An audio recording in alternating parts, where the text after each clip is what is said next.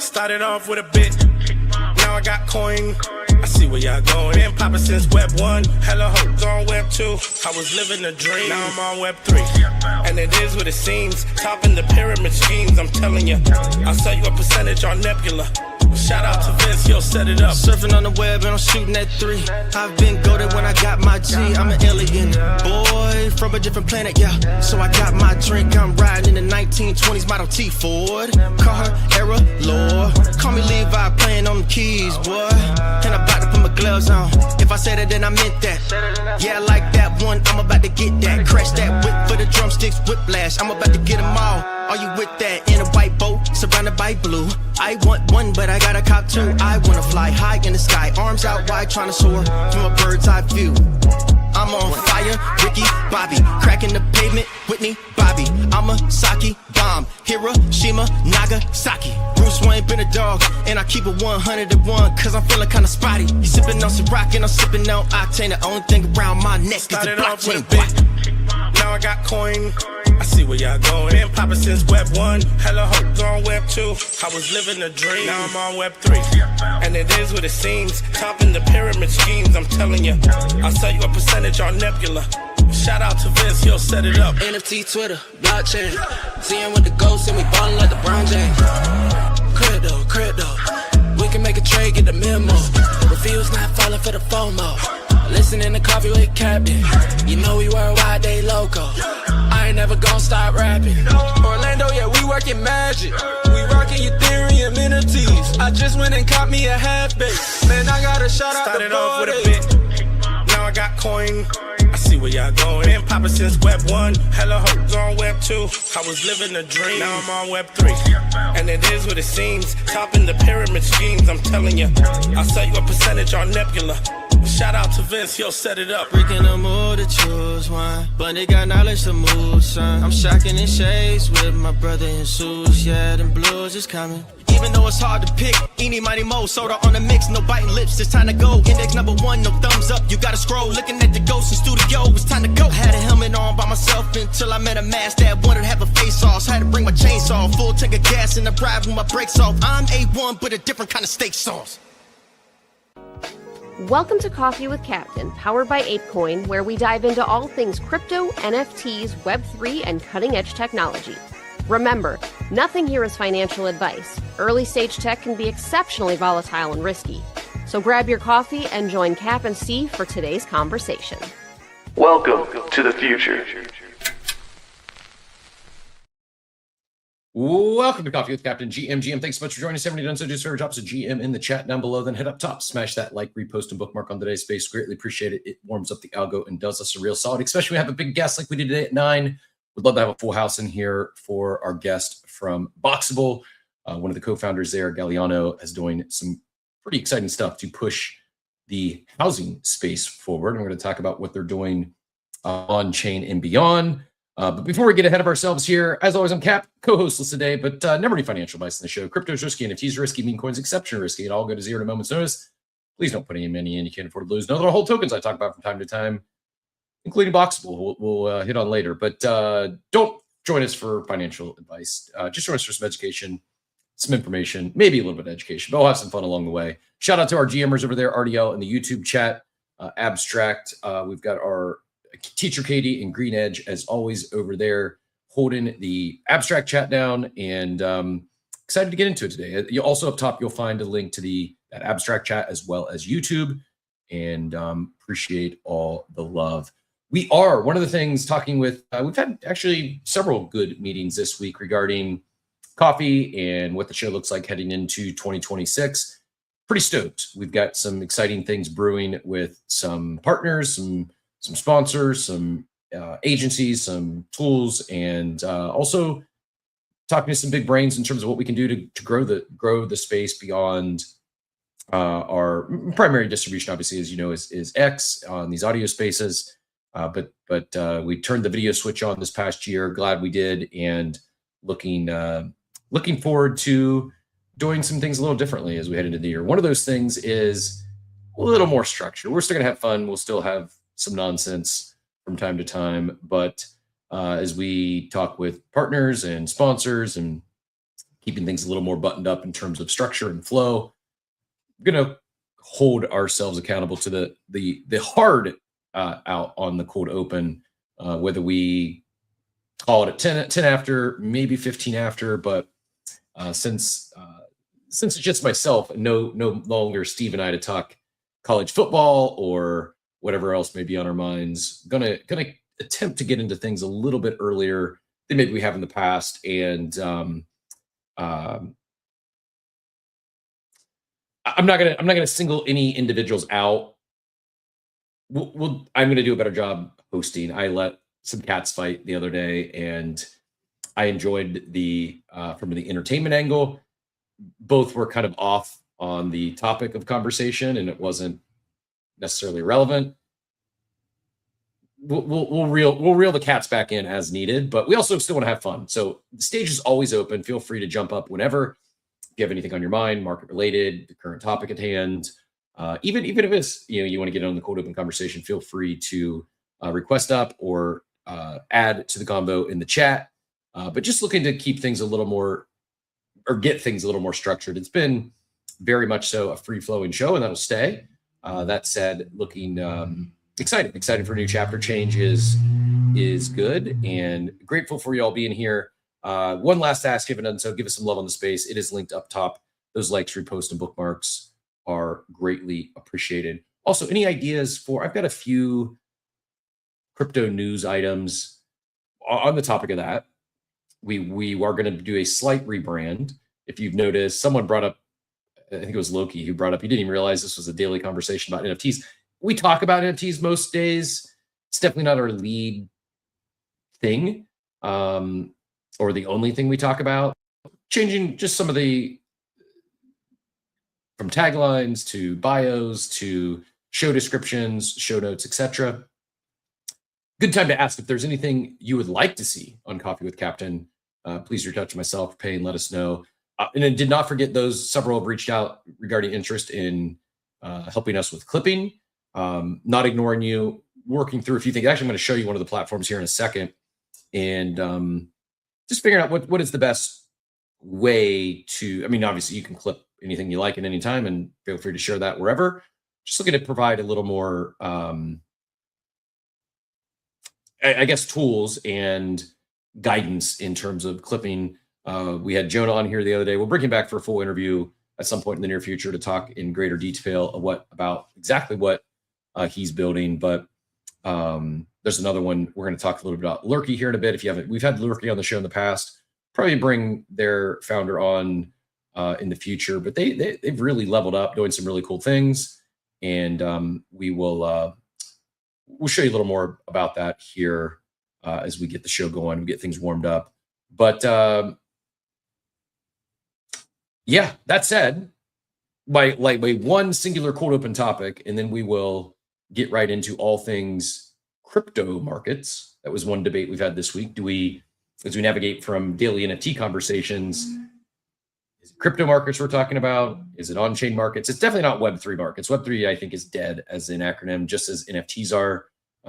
Digital art is much better, in my opinion, than our NFTs.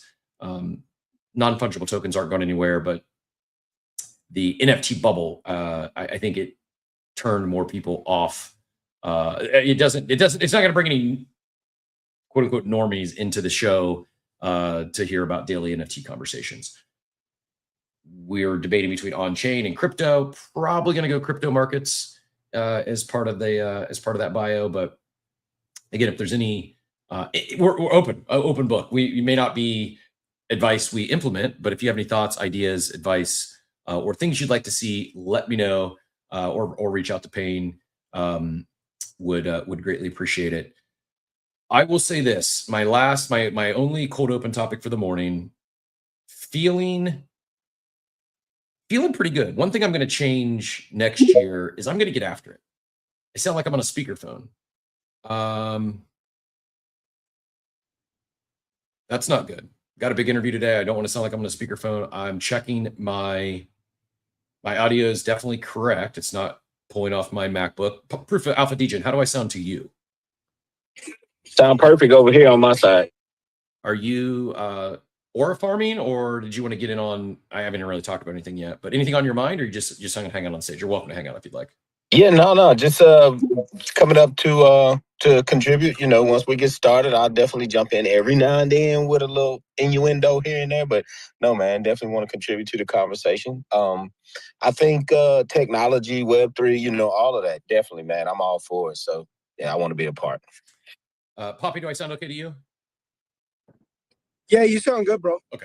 All right. Von Front, it's your fault. It's your problem, not my problem.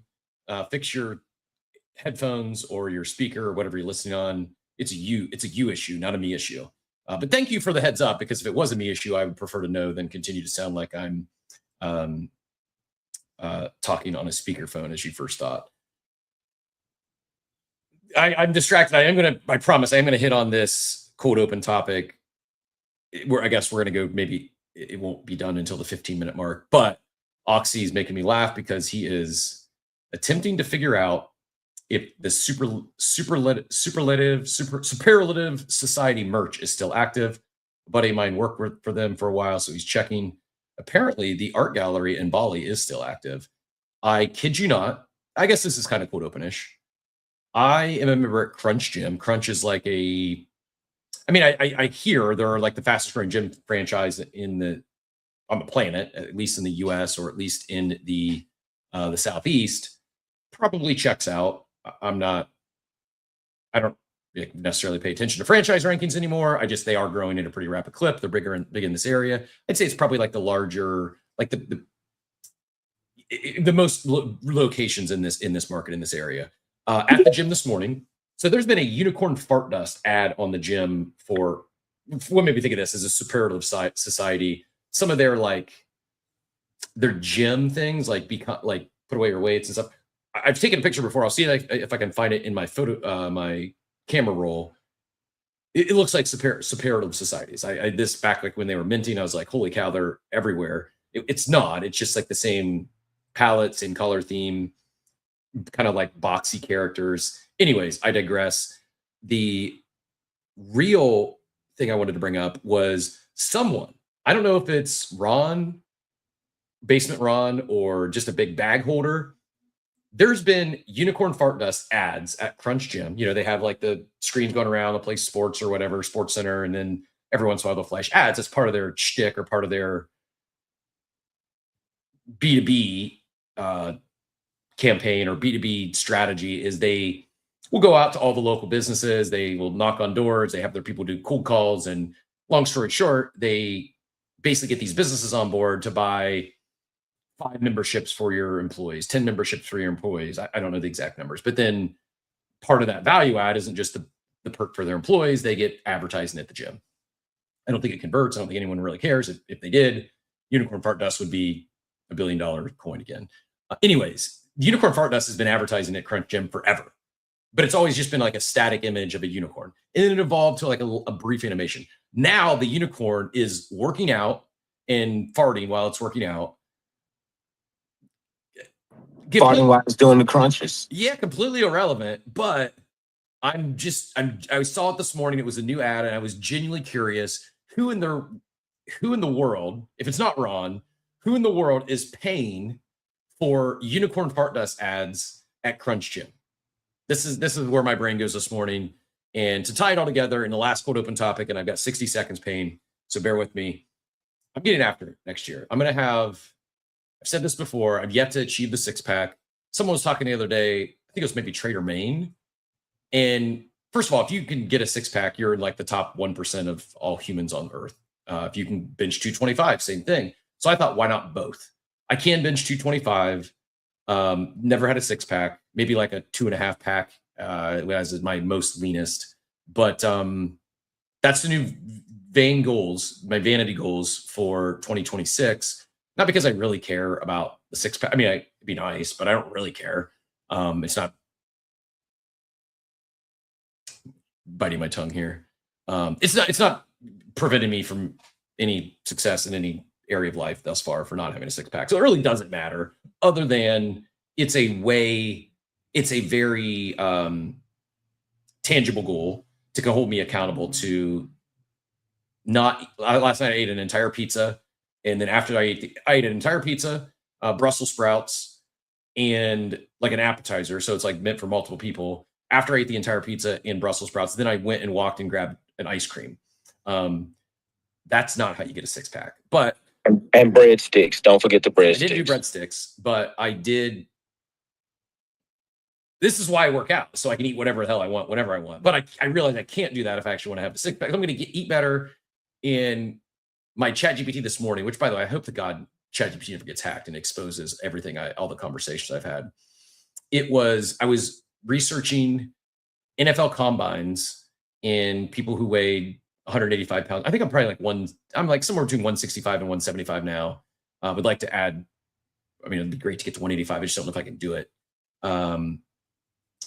They're 225, the reps at 225. Like I can bench 225. I've never repped 225. I'm not really lifting like that, or I haven't been. But that's the goal for 2026 is at least 10 reps at 225. I maybe been able to do that in the past. I just never attempted because I'm not like, I go to the gym, I put on my headphones, and I don't like talking to people. It's my time to get zoned out, listen to some trap music or some ratchet. Like this morning, 21 Savage dropped a new album, and he gave 21. He gave Captain a shout out in one of the new songs. So I was like, oh, it's okay. And then I was listening, and I hear Captain, and I'm like, and I had to pull up the lyrics, and sure enough, I got a shout out in the new 21 Savage album. Hey, Cap. Yes, sir. While you're talking 21 real quick, I did a banshee for him. So I got a body shop as well. And he was learning how to ride 4-wheelers with one of the local guys who's really viral on riding 4-wheelers, doing wheelies and all that stuff.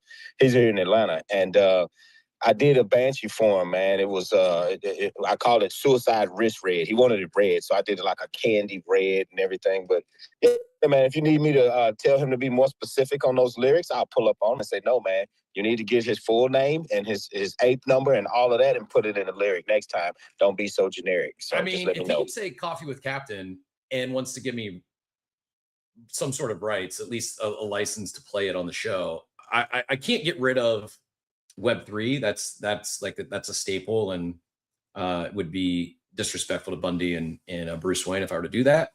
But I would maybe that's our outro. If he wants to drop a Coffee with Captain in a future song, I'd be game. I'm curious, Atlanta, do they do the Pate? I'm sorry, it's Proof of Alpha DJ's fault. We'll keep it to 15-minute cold open in the future. Is Atlanta like Miami? Like you go to Miami and every once in a while you're like driving down the street or walking down the street and you see like 30 kids on bikes just zooming in and out of traffic. It's crazy. Like, bro, is that an Atlanta thing too, or is that just Miami?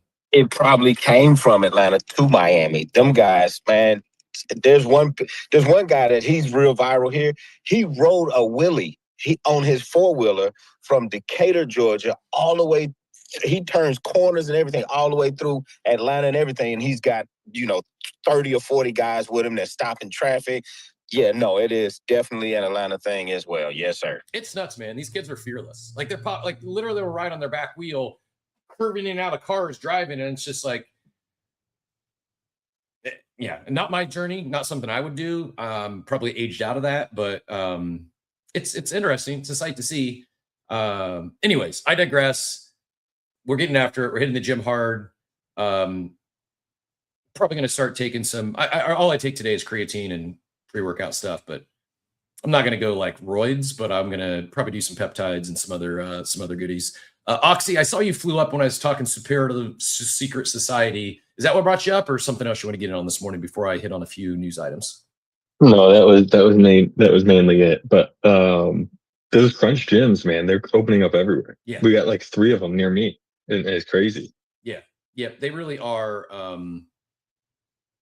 Yeah, they're blowing up. Never mind. I there's like a couple thoughts in my head. I'm actually I said I'm going to think about not filtering myself. You're still going to get raw, organic, authentic me, but there's just some things that are better kept to the war room. And don't raw dog the cap chain. I don't know what that means, but the saying for don't raw dog the blockchain from Michael Keith and those guys. Okay. Again, my brain went some area that I'm not going to speak about on the show today. We're going to keep our YouTube algo going good. I'm not going to drop any F-bombs. I'm not going to talk about anything else inappropriate. We do have some Web3 news. We have some things to talk about before we hit the 9 o'clock hour and bring on our special guest. I think maybe the first founder of a publicly traded company to join us on the show. Not 100% certain on that, but pretty excited. I've never heard of the Star Boys in Columbus. Wild stuff around 270. I'm guessing this is also popping wheelies on their bikes. Diablito says really good for a 6-pack. I'll find another way to get there versus popping wheelies on a bike. I do enjoy spinning. I do enjoy riding a bike occasionally, but not a wheelie popper flying in and out of traffic. If I want to put my life at risk, I'd probably jump out of a plane instead. All that to be said, I gave a shout out to Lurky. I want to show, that's one of my news items here. I'm just gonna hit that real quick, and then feel free to it looks like it's a Houston thing as well, per Hizzy in the chat. Maybe it is Bitboy Jay. Good call there. I'm gonna ask Jay, are you running ads at Crunch?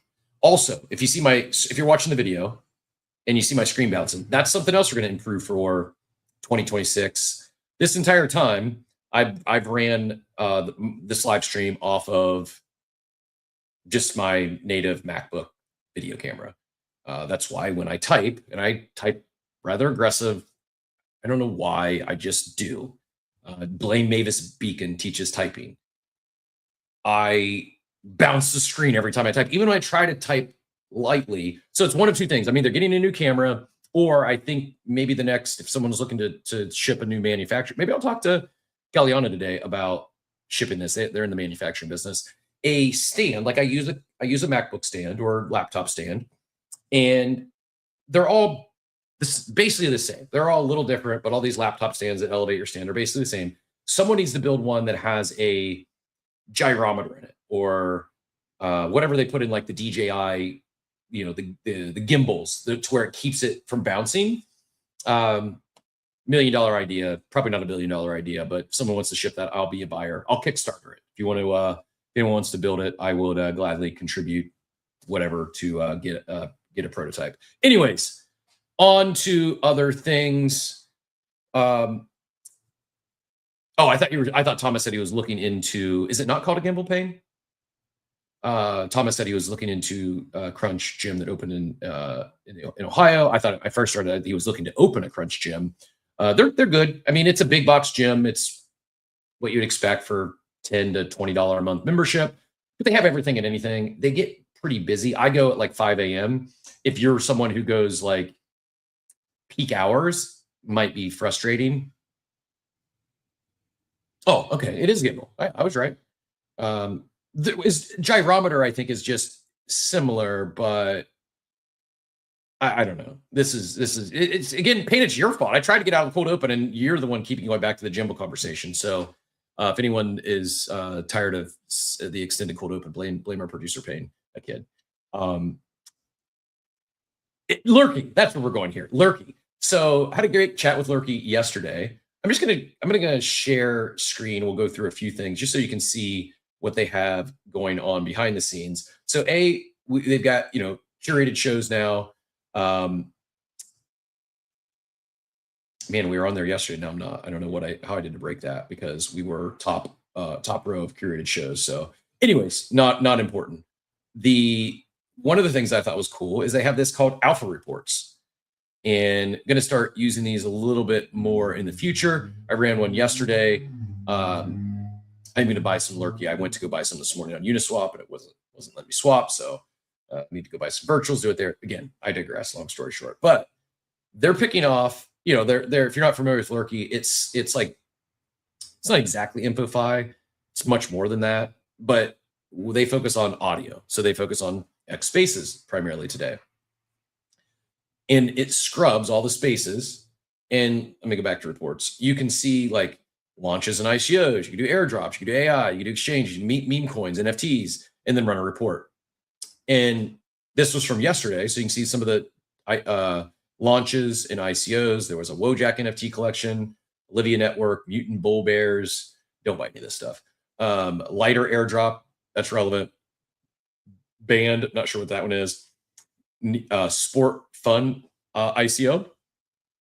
I was like, that's perfect. I actually heard Modern Market talking about it yesterday, and it scrubbed their space and captured it, included it on the report here. Same thing with Mega Eat. So a good little like daily recap of what people are talking about, not what they're necessarily posting on, not necessarily what they're posting on the timeline, but what they're actually talking about.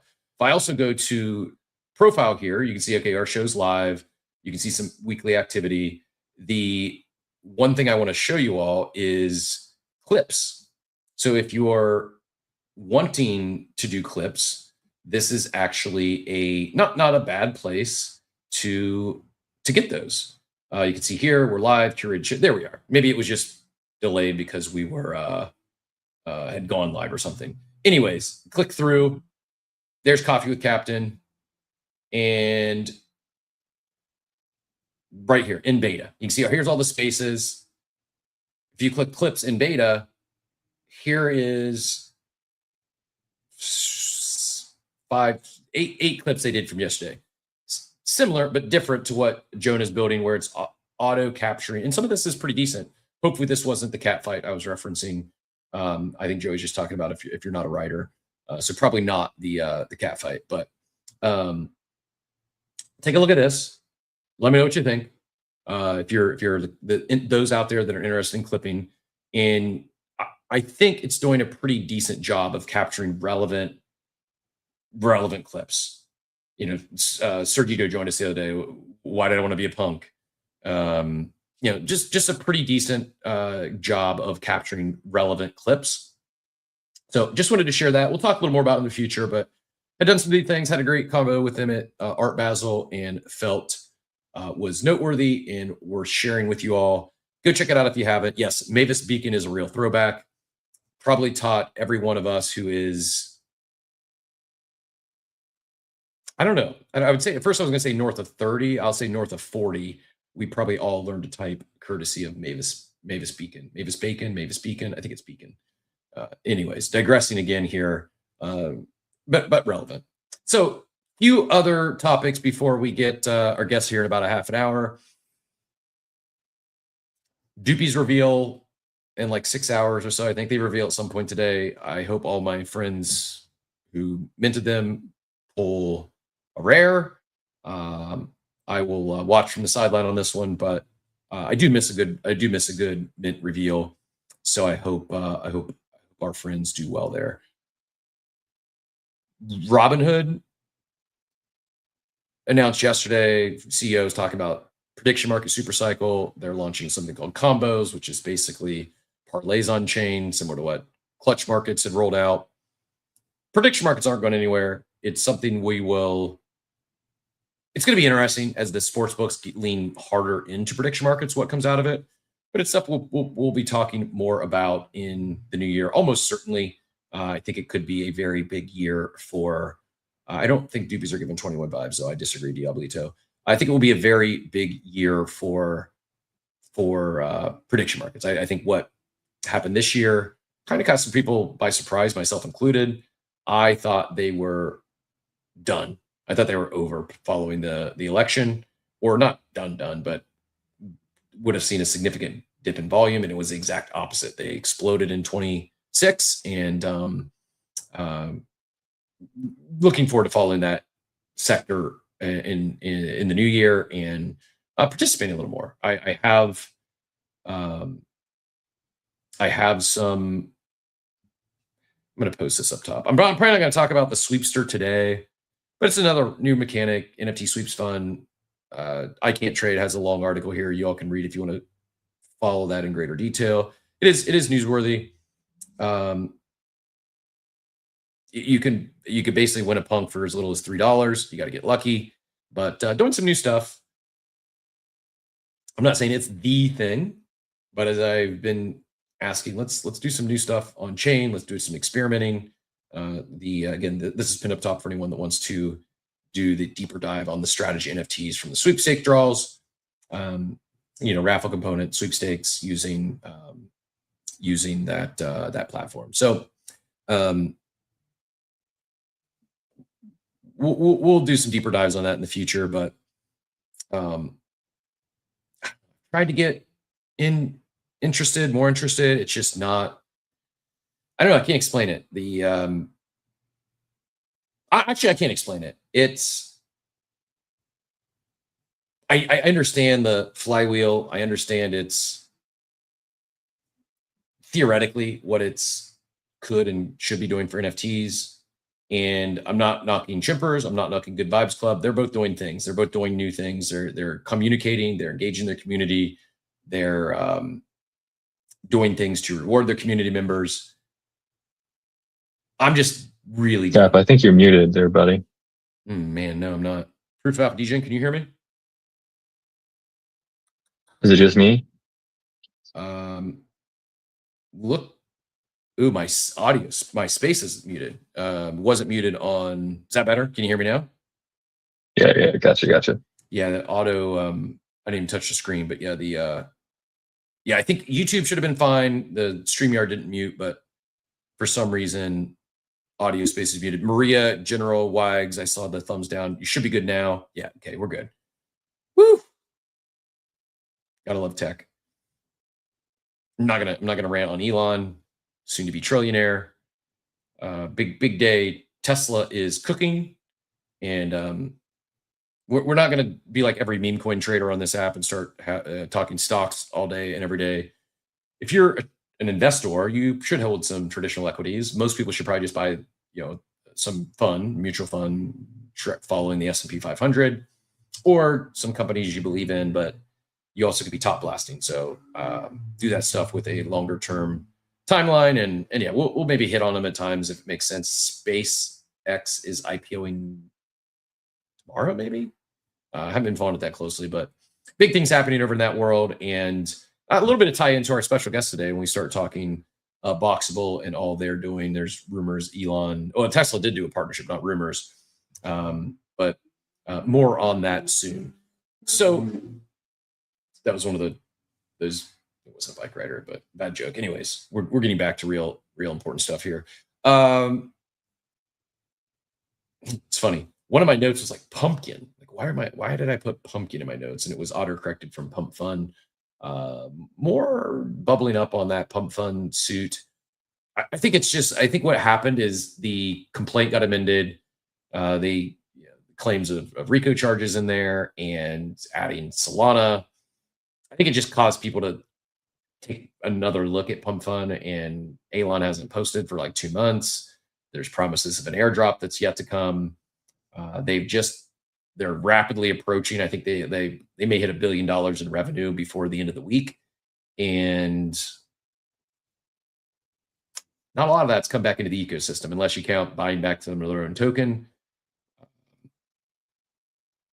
Literally billions left the trenches by way of Pump Fun and other protocols supporting that platform on Solana. I do think it's a difference from, let's say, 24, 25 versus 21, 22 is, for as much crap as we want to give some of these NFT founders, there was a lot of reinvestment into the community, a lot of reinvestment into the space. And I'm not just talking parties. Like there was a lot. Now, some of them probably blew hundreds of thousands of dollars at parties that they shouldn't have because they didn't have a real revenue model, and they were burning through their treasury. Not saying that's advisable or a good idea, but I did see news of Aaron and Ernest acquiring part of Clutch Puppies. That's pretty exciting. I owe them a spot. We need to touch base with those guys, see what's going on, and I will maybe we'll get them on next week to get the download on what all they're doing with Unvault. I think it is UNVALT, Unvault, cross-chain NFTs to secure escrow while preserving provenance and redistributing on-chain royalties. Pretty cool concept. And not everything's going to hit. Not everything's going to be a unicorn. I do think, I've said this, kind of went off on a rant in the war room. We should do a better job of supporting builders who are attempting to do new things on chain. may not be your thing, but if they're doing novel things on chain, if they're experimenting, like this is, if it's not your thing, if you don't get it, if you don't like the chain they're building on, or it's not for you, that's okay. But these, like, we had Simple Farmer on the show. We've talked about clutch markets. What they did was novel. Like, prediction markets are exploding, and they did it first as far as being able to do parlays from prediction markets. It's pretty cool. As a sports bettor, I think that's table stakes for these prediction markets. They really want to make a run at the sports books. They're going to have parlays. It's also very profitable. It's also, I would like to be the other side of that. I'd like to provide liquidity against these parlays, knowing most of them aren't going to hit. It's very difficult, very hard to do. It's clunky in the beginning, but I think Robinhood coming out and announcing what they did yesterday showed that the concept, what Clutch Markets is building, is on point. Certainly a market for it. And whether it's Clutch Markets or what Aaron and Ernest are doing with the royalties, like it's new stuff. I think that's part of where, back to the initial point of, like, whether it's strategy tokens or dupies, I'm just really down on NFTs right now. I'm not selling anything I have. I'm not selling bottoms, because why? I don't. Maybe a little bit of tax loss harvesting would be good this year, but no, I just roll everything over to next year. It's not been a banner year for me on the trading streets. My perp trading, probably October 10th probably was all the tax loss harvest I needed in 2025. Anyways, I digress. Point being is, people like Lurky, who are doing some new things. Let's support them. Let's support these builders who are experimenting, doing new things. I'm not saying that's the next meta. I'm not saying that's the thing that's going to make generational wealth this cycle. But what I do believe is the easiest way to lose in crypto is to leave. I've not been around since 2012 or 2017. I became an active participant in 2021. I was fortunate. I was lucky because I followed some influential people that had done well in other areas, i.e., DFS, and they found Top Shot early. So I was early to Top Shot and got in before the big NFT boom and did well that cycle. I think I also saw some people who were in crypto and had kind of stepped back, stopped paying attention because it had been a bear market, and they missed the NFT boom. Or they by the time they got back to them, they had missed Top Shot. They had missed Apes Minting. They were then playing catch up the whole cycle. I'm not saying, some are saying like, oh, next year is going to be the prediction market super cycle. Maybe, I don't know. I'm not saying that's it. What I'm saying is there's likely something that happens next. Oftentimes, 80% of the time, we are just surviving here. We're chopping, or we're going down. There's a few moments you have big opportunities to. It's very different than investing in startups, but it's kind of similar in the sense that 9 out of 10 things might go to zero, but that one out of 10 could make your year, your decade, your life. People have created generational wealth here. There is asymmetrical opportunities. It may not be right now, but to capitalize on an asymmetrical opportunity, you need to be here when it hits, not after they start talking about it on the mainstream media. Oxy, go ahead and get in here, and I'm probably going sometime before 9. I'm going to do a quick coffee refill and mobile stream drop, but let's continue this conversation first. Oxy GM. Yeah, GM. No, I completely agree. Like when everyone starts leaving, the timeline, gets quiet, that's when you're going to be able to find these early gems in early teams and protocols that are building something like truly unique that solves a problem or fills a niche that has like real product market fit. Like I know I talk, like, I'm skeptical about a lot of things, and I have a, typically I have a let's say constructive or challenging view on a lot of things that people are, building in the space, simply because I feel like a lot of the stuff that we're building is just the same thing, either reskinned or doesn't actually solve a real problem. And that's where like I think we need to call that out, because at the end of the day, you're not going to accrue any value there, because it's just reskinning the same thing over and over and over again, and it's not going to find a product market fit that you're looking for. Like, I don't know, this morning, for instance, I was talking about and digging into DLLM liquidity pools versus the typical Uniswap liquidity pool, the V2, V3 liquidity pools that are typically EVM based, and how that fixes a real world problem that's happening in like stock market trading with Robinhood and a lot of these order books. It's like this technology that's blockchain and crypto native can solve a real problem related to arbitrage trading in MEV, in sandwich attacks, and all these different things. Like, there's real utility and real value that can be accrued in this technology that should be like given the light of day and should be valued accordingly. So I'm completely with you. It's like, now is the time to be paying attention to new protocols and dApps, because a lot of people are going to fade a lot of things. Obviously, there's a lot of garbage still being put out that you shouldn't be investing in, or you shouldn't be joining the ICO. But now and over the next 6 months is probably going to be the time where you're going to be able to get some really good opportunities in this space. I think so. That's like in my head. I don't know. I believe,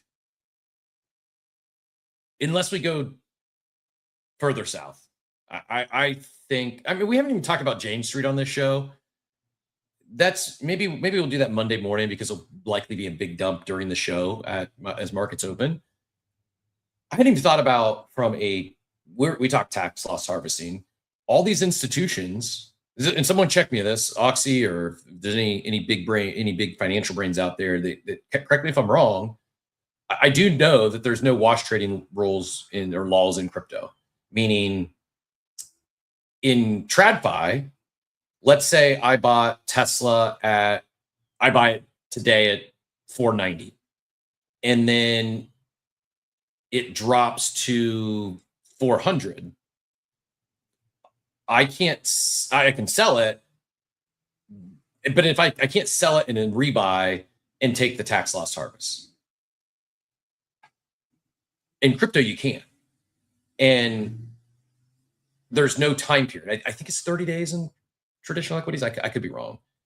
Not something most of my TradFi stuff is all long-term. It's either 401k or companies like Tesla that I'm not buying and selling. Maybe I should be looking at tax loss harvesting some stuff, but it's nothing I've ever done. In crypto, though, if you bought ETH at 4K, you can sell it now. You bought one ETH at 4K, you could sell it now and book $1,000 loss. You could rebuy the ETH the same day at 3K. You still have the same amount of ETH, but you just booked $1,000 tax loss. That's always been a thing. That's why you see people will be dumping NFTs and crypto bags, meme coins, but dump their dust at the end of the year so they can book those tax loss harvests to bring down their income and ultimately their tax burden. It's different when you talk it's the same, but on a much larger scale when you talk about Jane Street and some of these institutions. And in the case of Jane Street, they're doing it every morning, but most mornings right at open, you see the big sell-off, and I've not connected the dots on chain. I'm just taking for what I see on this app at face value. So if anyone wants to challenge this or correct if I'm saying something wrong here, please do. But this is really, with the ETF explosion in this year, this is like probably the first end of year that this would even come into play for many of these institutions, to where some of this selling could very well be tax loss harvesting, taking full advantage of the no wash trading laws or rules and packing their bags while they also reduce their tax burden. Does that make sense, Oxy? Am I explaining that well, or anything to add to that? Yeah. Yeah, you're spot on. Not tax advice, obviously, but speak to your accountants. Go use something like what's that? I said, definitely speak to your accountants. Go use some software like Awaken Tax. Don't. I'm not a financial advisor. I'm certainly not a CPA or an accountant. Don't follow us for that. But go ahead. Good disclaimer. No, you're exactly right. So because stocks and securities or crypto is not treated like a stock or security, It doesn't have that wash trading rule. This is like almost certainly going to change probably in 2026 to where they're going to not be treating it like quote unquote property, or something like that, or whether it's a commodity or whatever the IRS puts out. But currently, yeah, you're exactly right. Where wash trading rules don't apply to crypto. Yep. So more on that. Well, I want to be better educated, or at least get some more data to do the deep dive. Doge Mouse, I saw your hand fly up. Feel free to get in on this conversation, and I want to hit on the CryptoPunks issue before we move on. Go ahead, GM. Yeah, I think the CryptoPunks, their legacy, that's just a thing that's gonna happen for right now. Just look at the overall market sentiment, right? Like everything is going to come back to normal. Like people are panicking right now because they want you to panic. Extreme fear is like what, 22 today, 21, 22. So like they're trying to get you to fumble your bag so they can accumulate more, right? Smart investors who've been here for a long time, right? They are wash trading. They have been wash trading, and they do it because they know they can get away. There's no actual laws that are stopping them from doing this, right? Especially in the crypto space. But the longevity of it is not going to last. Like they're going to end up hurting themselves in the long run because there's only so much you're allowed to write off until they, initiate these new tax laws. So I feel like as of right now, you're seeing like the overall sentiment. People are trying to recoup losses because think of it. A lot of people bought in during that hype setup when Trump first got into presidency. We were skyrocketing, right? And you're watching the overall market right now. They're taking it back down to where Trump and America are going to take the #1 spot, like they said from the beginning. So you're seeing a lot of people who have a lot of liquidity put in a lot of different places, and they're starting to move it all towards the main game, right? So we're going to watch today when this major announcements happen. We're going to see a cascade happen like we've never seen before. And I think that people should be prepared. A lot of people should have stabled out, and a lot of people should have been ready to lock in and buy in when they dump this chart in order for everybody to make generational wealth this cycle. Maybe. So, I don't know. There's an announcement tonight at 9 p.m. I don't. Everything's not coming back. Some of the stuff's going to go to zero, and it's never going to come back. So just be safe out there. Don't join us for any financial advice. No one knows what's going to happen, and I would not be. I mean, if you want to play, have some fun, maybe play some prediction markets on what they might say, but I wouldn't be holding my breath that an announcement tonight at 9 o'clock is going to send us into a raging bull. It is. You mentioned the fear and greed. It's interesting because usually these line up pretty well. Crypto fear and greed at your points in the mid 20s, 25. Yet the overall market fear and greed per CNN is back to neutral at 46. Big gap in, you can see a month ago it was manipulation. Cuz look, Captain, if you go look at my profile, I literally told everybody to short Bitcoin from 117.5. Right. You get what I'm saying? This is all a setup. This is a setup for America to take #1. Like they said, they literally took two wallets that were outside the top 25, Captain. Now they have one that's #2, one that's #7. All right, maybe back to hands, man. If you're going to stay on stage, I need to use hands. You interrupt again, I got to remove you. Just got a lot to get through this morning, and we're a civilized show here. We can have some fun, but I need you to stick with hands. And the interruptions throw me off. That's part of the getting things buttoned up heading into the new year is holding a more proper stage. So please use your hands if you want to join the conversation. We'll get to you as soon as we can. But like I said, a lot of stuff we need to get through this morning. We've got about 11 minutes before a guest joins us, and I still got to fit in a coffee refill. I mentioned the punks. That's where we're going next. If you missed it, Cirrus put out a post yesterday. He probably stands to lose more than anyone on this. So respect for calling out the issue when this is funny. Nope, that's not the one. But basically, Cirrus I think he's got like 23 of these loans that you see here. But the post, CryptoPunks floor currently sitting at 80K. Here are all the CryptoPunks that are currently being used as collateral in a loan that is for more than 80K. So these are all underwater at the moment. 1, 2, 3, 4 pages worth of CryptoPunk loans underwater. These will likely default. These will likely lead to cascading liquidations. I say that, maybe not. Some of them certainly will. I don't expect the floor to bounce anytime soon.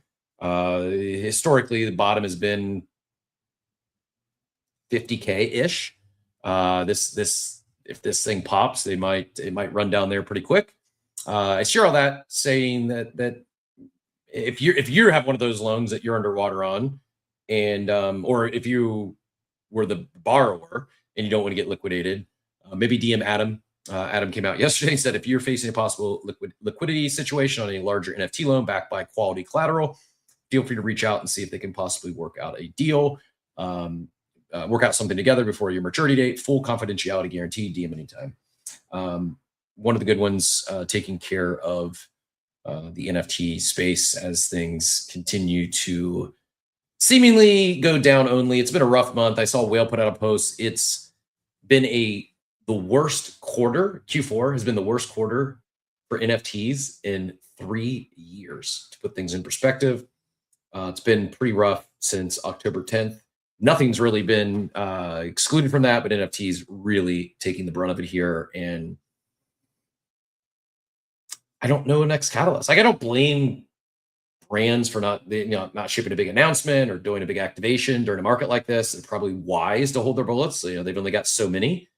But I've been pretty vocal recently about my disappointment in the overall NFT PFP market, where some teams are just really bad at communications, lazy, sloppy. I don't even know. They never put the focus on bringing on communication professionals on their leadership team, at least. And I can almost guarantee there's some that has burnt more money on KOL campaigns that converted no one for them than they could have hired a communications professional for an annual salary. Whether it was KOL campaigns or InfoFi campaigns, they're throwing a lot of money at stuff to capture attention and eyeballs, and it's not working. It's not. Like, this isn't the time for that. It's communicate, work with your community, make them feel part of something. We were talking yesterday.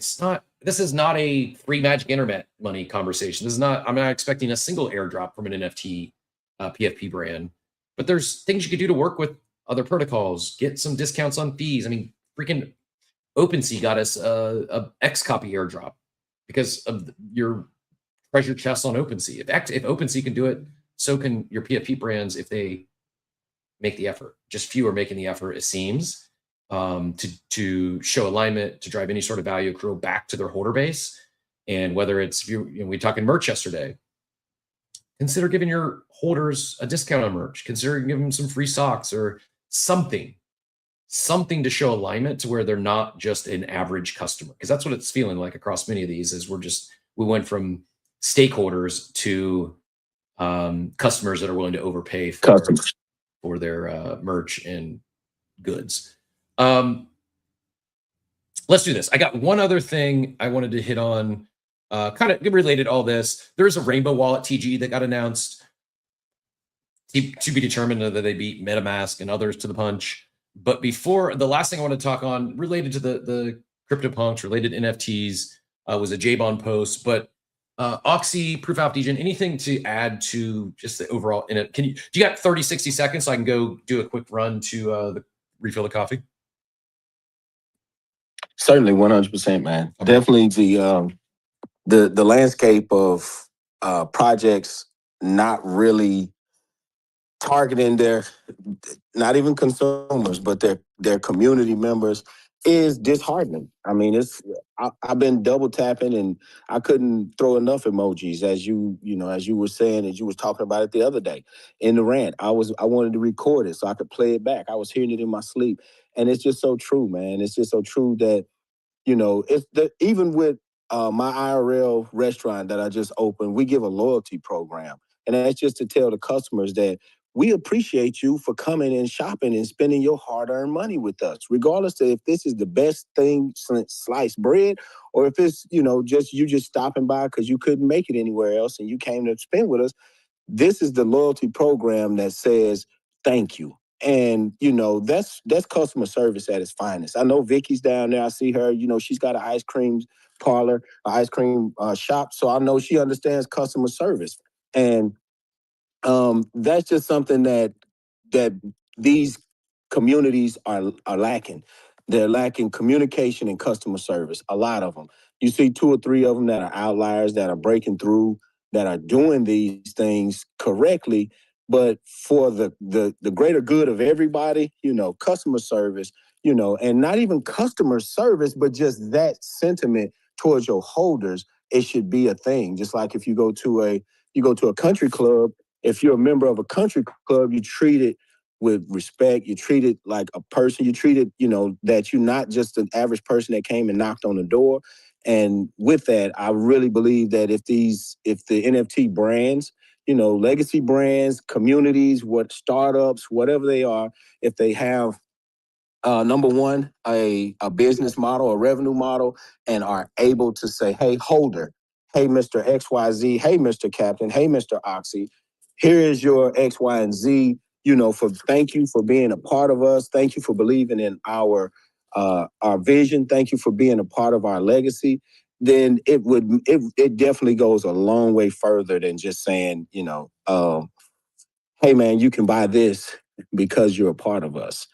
So yeah, no man, double tapping on what you said, Cap, 100%. Appreciate Oxy, it. what do you think?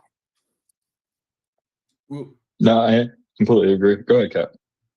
I appreciate you both. Thanks for getting in there and giving me the air cover. We'll go to Revolve token here next. The chart I pulled up here from J-Bond just shows the total NFT market cap, which is now down below 3 billion, 2.9 billion to be exact. To put that in perspective, here's a list of brands more valuable than the entire NFT industry. Care Bears, Peppa Pig, Hello Kitty, Snap, Pinterest, Discord. I don't even know what Jollibee is, but it's double the amount of it's double the market cap of the entire NFT market cap. In-N-Out, Red Bull, Bumble, Coinbase, Ledger. I share that because not only are the acronym NFT a net negative, unfortunately, I think a lot of the NFT IP is as well. Pudgy's has done a good job proliferating. Chimpers has done a good job proliferating. Klaynos has done a good job proliferating. Most NFT, just the brutal reality is most NFT IP is known in crypto Twitter and in our super niche world. This shows how niche it is. And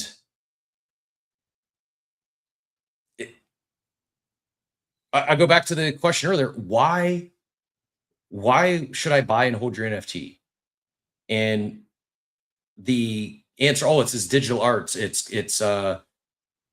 maybe you can make it in a couple decades. But right now, as from a financial standpoint, you're probably more likely to turn a profit trading prediction markets or go exploring some new DeFi protocol. It's just like to think that any of this IP that's been created in the last few years here is going to become the entire NFT total market cap is less than Care Bears, less than Peppa Pig.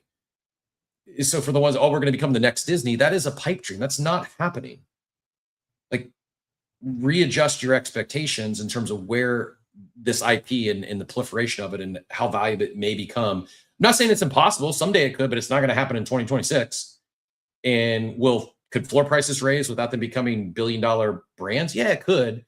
But our sense of worth here, our sense of money is so warped because you'll see a brand new token run up to $1 billion market cap. Well, it's not fully diluted usually. It's usually high float and they're low float.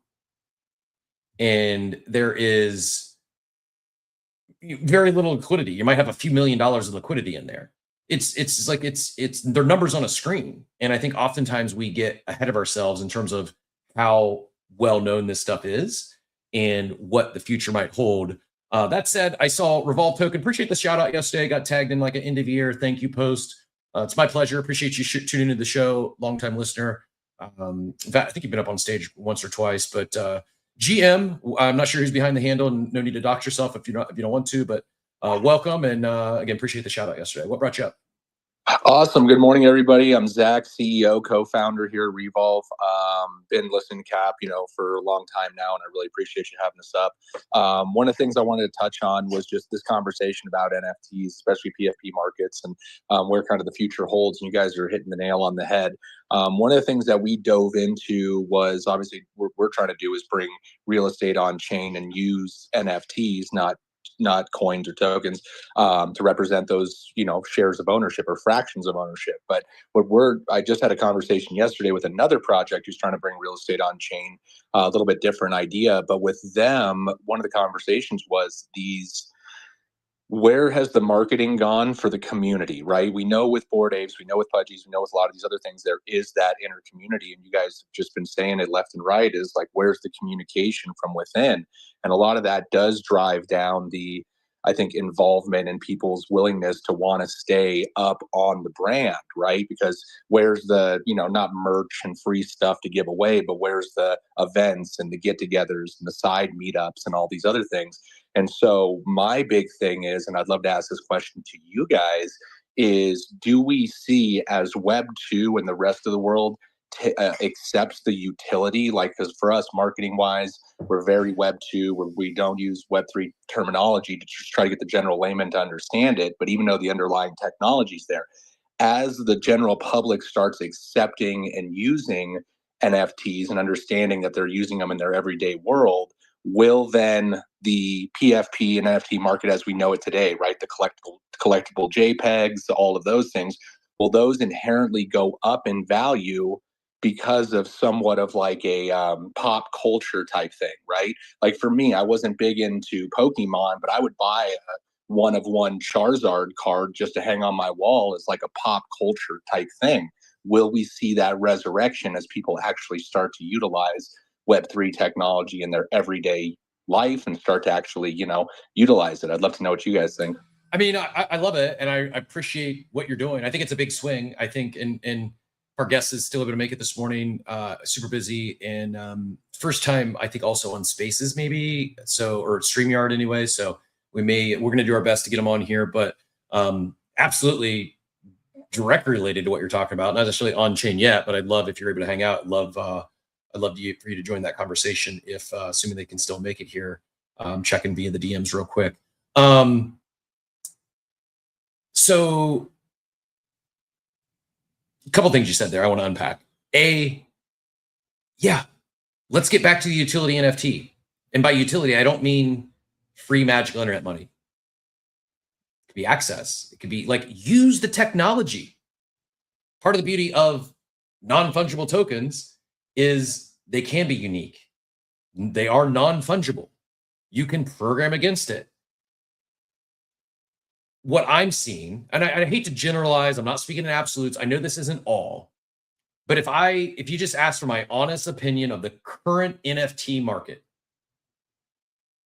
it seems a lot of teams, a lot of founders, some of them have made shots. They didn't find product market fit. They pivoted. They may pivot again. And now what I like, the kind of the recurring theme I'm hearing is all this is art. This is a collectible. Good luck with that. Good luck becoming the next Pokemon. Good luck becoming the next Magic the Gathering. Good luck becoming Care Bears or Peppa Pig. It's so insanely challenging to build IP like that. And to do it usually takes decades. There's maybe a handful, might be one that achieves any remotely close to that success from a mainstream attention and valuation standpoint. So if they're saying, oh, we're now this is a collectible art piece, that's like the biggest red flag. Now there's some that started with that, and there is good art out there. That's not what created this space. That's not what brought so many people into this space. That's not what attracted the builders. That's not what attracted the community. Utility was a big part of it. The things that holding this asset that might have been your digital identity. I mean, we talked about the poll here recently that Payne ran in our newsletter. It was overwhelming, the response. Like 0% said lower floor prices or easier lower access points. Stop shipping secondary collections in 2025, 2026. It's not needed. There's way more supply currently than there is demand for NFTs, for PFP NFTs. It's what can we do with the technology? Dude, I am rooting for Revolve. I would love to see real estate on chain. I'm so bullish on real estate on chain. I know it's a massive swing. It's going to take time. I was talking to, I hope he doesn't mind, I was talking with Warp Joe this last week, I guess. We had a great conversation, and you know, I've shared on here, I'd love to do a luxury boutique hotel in Costa Rica. I want to do it on chain. I know it's not ready yet. I know it'd be more of a headache. And I even said, like, oh, I'm in contract on this house, supposed to close the end of the month. I'm probably going to walk from it just because it's much more of a project than I was thinking. And I start doing some numbers, and it's not a passion project of mine. It's just a way to diversify. And yeah, I could make money on this, but you know, my gut's telling me it's just not the right time. Things could go lower before it gets better. And it's not a place I necessarily want to live. But if I were doing it on chain and could experiment, I truly believe this. I'm not just saying it because Revolve's on stage here. We'll go right back to Revolve, and then I appreciate TMA coming up. I know you got some good thoughts on this as well. Appreciate you, long-time support of the show here pretty much every morning, and but rare that we get to hear from the big brain on stage. So looking forward to hearing from TMA as well. But we talk like timeshares they're broken. Like, most people get locked into a timeshare, they can't get out of it. There's no liquidity. It is an industry that is prime for disruption. You can't convince me that there's a better way to disrupt the timeshare industry than real estate on chain. Now, is it easy? No, because you got to jump through an archaic system that still relies on signature priests, also known as notaries, to complete mortgage documents and stuff. It's like, it's so silly if you think about what we do to transact real estate today to where we are with technology today, to what we could be doing, but we're restricted because of an archaic system, the way it has been in not even that federal, but local, state, municipality. Like, it's a lot. It's a big swing. It's very hard. It's not easy, but I respect it. I appreciate it. We talk about experimenting on chain, supporting builders that are doing unique stuff. Like, man, I'm rooting for you. It needs to happen. I hope it's Revolve. If it's not someone, I'm convinced at some point, it might be 20 years from now, at some point, I think all assets will be tokenized. There'll be an RWA at some sort on chain, and housing's a big one, a huge one. It's going to take some resilience, some persistence, some big brains, probably a lot of funding, and maybe catching lightning in a bottle, getting just hitting a lot of things right to really happen, or it's just going to take years in the making. That said, I'm going to go back for Revolve for a response to that, and then we'll bring TMA in. Revolve, go ahead. Yeah, so real quick, I wanted to go back. It was funny because you talk about Magic the Gathering, and the signed white or blue Lotus card from 1992 is worth, $250,000 because of what it is. But if you think about it, even Pokemon and Magic the Gathering had a utility. There was a game, there was a purpose, there was something underlying from there that people could use and touch. As far as real estate on chain, I've got it figured out. 2.5 years in the making of this. And the biggest thing for us is we want to use NFTs because people can't understand fluctuations in values when it comes to speculative pricing of coins and things like that.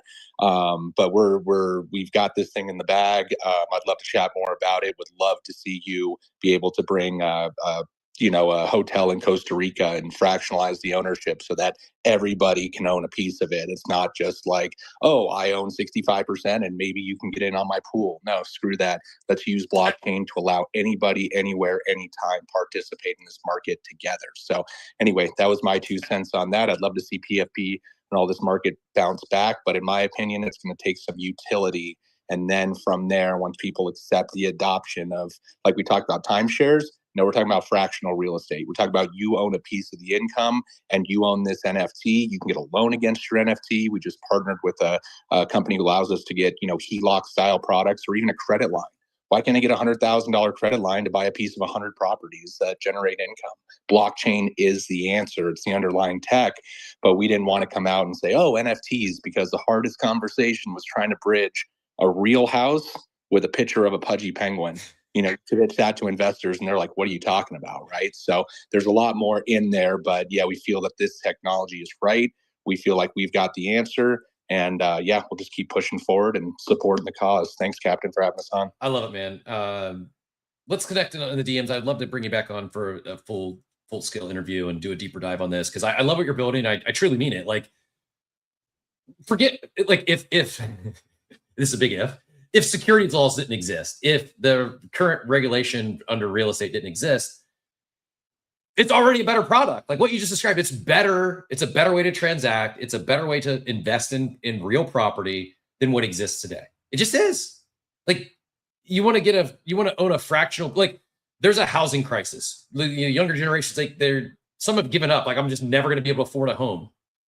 Well, there's ways to work into it. You're seeing a lot of institutions buy up homes and then they're renting them for astronomical rental rates, way more than their costs, but that's what they're left to. And so, oh, by the way, this can be like a rent to own, but most of the rent to own programs out there are kind of laughable. Like, you're paying $5,000 a month in rent. You might get, if you're lucky, $500 that credited towards a future buyout. And then you still got to figure a way to, you still got to, you got a balloon payment or a loan or something coming due after you live there for however many years. Like, it's broken. And I truly believe this can help. And timeshares is, talk about fractionalizing real estate. Like, that is such an obvious one, but it's not easy. It is a really big swing, because it's not just something you can do. Like, yeah, you can just do things, but in this world, you got to do things that are compliant and in line with regulations and laws and whatnot.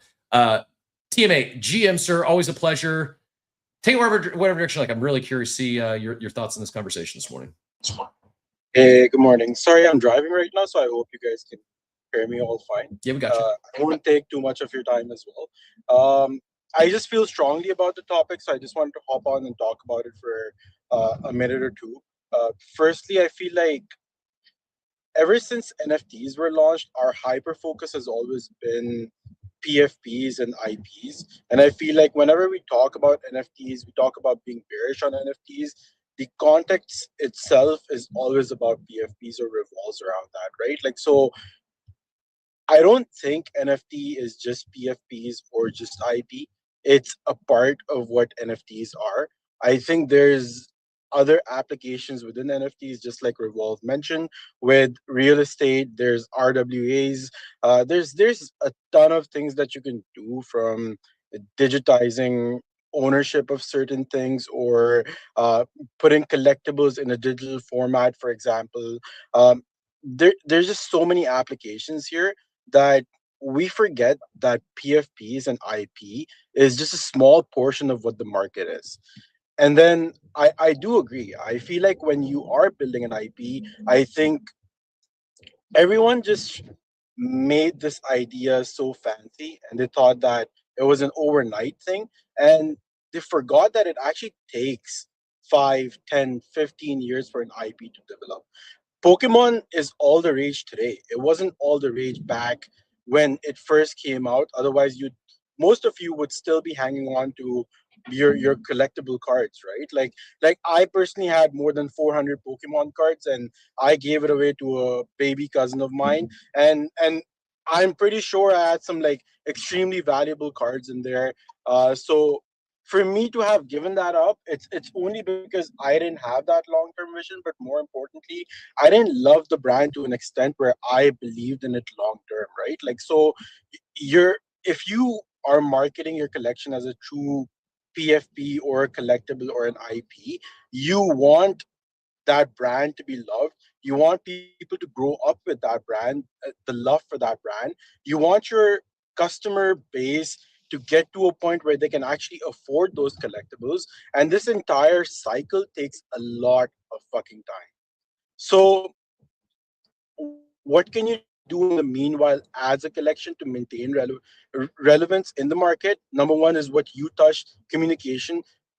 I'm so anal about this, and this is something that I constantly talk to teams about. I constantly tell teams about. Like, there's so many teams who will spend 5 figures, 6 figures in a marketing campaign, and then not even put in effort to put an announcement out, right? Like, so, like, if you just spend time to sit down with your team, strategize about what you want to do for the next month, for the next 2 months, 3 months, create an actual roadmap, even with your communication, with your updates. There should be a proper plan in place where how you roll these things out to your consumers to retain their attention over time. And I feel like no one is fucking doing that, except maybe Pudgy is doing that really well. Reg Guys is doing that really well. Chimpers is doing that really well, right? Like, so, like, Bored Apes is doing that a little bit well, right? They could be doing a better job at it.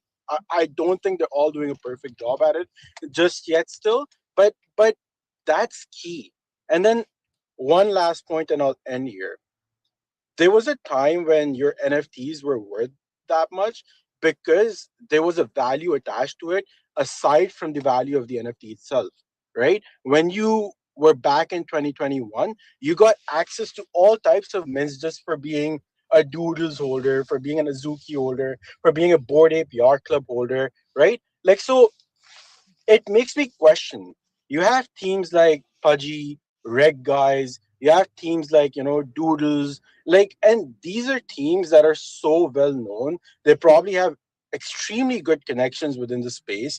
Why not hire a dedicated person whose entire job or whose role is to secure stuff like third party airdrops, access to ICOs, like, giveaways, art stuff, like, whitelist, whatever. It sounds so ancient when we talk about it because it feels so 2021ish, but that's what people want. They want to hold an asset, but they also want people to get value back for holding that asset, and that's what we start doing. I agree. Couldn't have said it better myself. I feel like I'm taking crazy pills. I'm beating the same drums. It's show me an NFT PFP brand that has hired someone that is on the team currently, that their role is responsible for collaborations, partnerships, third party. Not saying that the project should be dropping more NFTs or tokens. There's a lot happening in the space. There's tons of TGEs coming up in 2026. There's new chains launching. There's so much happening, but I don't see very few, if any, of these NFT PFP brands doing anything there. And I think part of it is like they think, oh, that worked in 21. Well, it worked. Why did we stop doing it? Really? Why did this, like, it worked? It gave people a reason to hold your NFT beyond just art and digital identity. Most people don't care about that. Some, sure. I'm not trying to knock on people that do. Most people don't. No normie is coming in to buy your NFT because they need a new digital identity. It's just not happening. But if there's value accrual, if there's other access, if there's perks, if there's utility, they might. And it's there for the taking, but it takes work. It's not these other protocols, these new brands that are launching, not just going to give you stuff. They're going to reach out to you. But if you had someone in charge of it, so that's one thing. Hire someone that's in charge of collaborations, partnerships, driving value. Like if they woke up every day and their sole focus is today, what can I do to find and bring and drive some value to our holders of our NFT? And then the second person is a communications professional. Maybe it's the same person. I don't think so. I think most people are the very specialized roles, and you need kind of like a biz dev partnerships person and a communications expert. Some might be that unicorn that can do both. But if most NFT PFP just hired those two people, I think we could start seeing momentum again. I think we could start actually having a reason to not just hold, to go buy some new NFTs. I feel like I'm taking crazy pills because it's not that difficult, and we've seen it work in the past. I'll end the rant, but yeah, it's really disappointing. And TMA is a good example. I used it. I think I might have called out TMA. If not, I was alluding to TMA, talking about the Doopies campaign. Doodles spent I don't know how many thousands of dollars, and I'm not. Please don't take this out of context. I'm not attacking Doodles, although they've stubbed their toe many times. And I think had they had these two people on their team, in particular a comms person or person that could better communicate, they probably don't make these mistakes. But they spent thousands of dollars on a KOL campaign to promote the Dude token just a few months ago.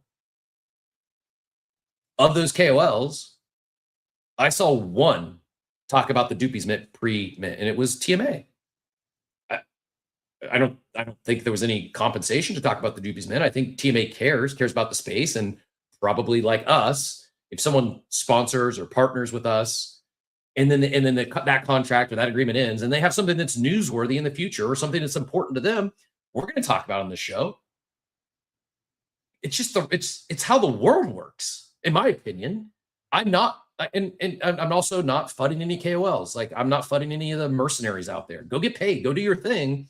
I'm just saying, from a brand's perspective, if you're going to do that, you at least need to do the other thing. Otherwise, you're just burning thousands of dollars that you, like I said, you probably could have hired you covered the annual salary for a comms professional on your team that woke up every day eating, sleeping, and breathing doodles, not someone that's just going to send off 1 or 2 posts because they're being paid to talk about it.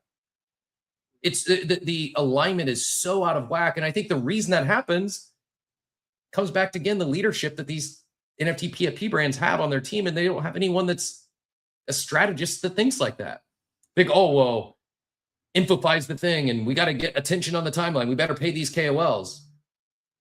Maybe, but that's only one piece of a strategy. It's not the end all be all. You talk about Pudgies. This is actually came from Nick's. This is a great example. It's not just Pudgies. There's many teams that could do this. I don't know if everyone saw this. I'll put it up top here in a second. This would be the dream, because this was inspired by Saigar, who said it would be kind of cool if this was an actual credit card, wouldn't it? Referring to the Abstract Global Wallet from Abstract. He says this would be the dream debit card, an open perks system with composable DeFi integrations. If you're not looking at the video, what I've got pulled up here, and I will drop it up top so you all can see it or refer back to it later. But if you don't have the video in front of you, it shows the card, and then like off the card, it's got Aborian vaulted VE-ABX generating $250 in USDC a week. Then you've got, to the right of that, you've got Red Bull Racing badge. If you have that badge, you get a 5% travel discount. Imagine that. Imagine giving travel discounts or merch discounts to the members of your club, the members of your card. If you don't want to call it a club, whatever you want to call it, this stuff works. This isn't me saying this. This is every hotel, every airline, every credit card. They offer perks like is there cash back, it's travel discounts. Like, this isn't hard. This isn't revolutionary. This is table stakes. If you want to build a compelling membership program, a compelling club, offer them perks, offer them utility. You can do more because it's on chain, and you can do this stuff. It is composable. You can do a hell of a lot more than you can with your Delta rewards or your Marriott rewards. The other thing, if you're not looking on stage here, that you can see is Pudgy Penguins holder. Oh, you get plus 20% savings APY. Other perks, you can borrow against your collectibles. Like, there's so much that could be done here on the perks and utility side. But instead of seeing experimenting and teams attempting to lead into this, the most common thing I'm seeing from NFT PFP brands is going the other direction, and they're like allergic to utility. Oh, nope.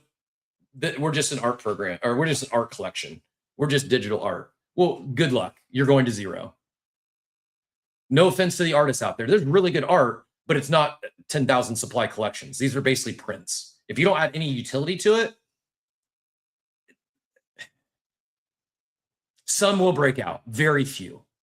Like, we're lucky. We'll be lucky if 10 years from now, we have one of these IPs is worth more than Care Bears, because that's probably the hit rate for IP. It's really hard.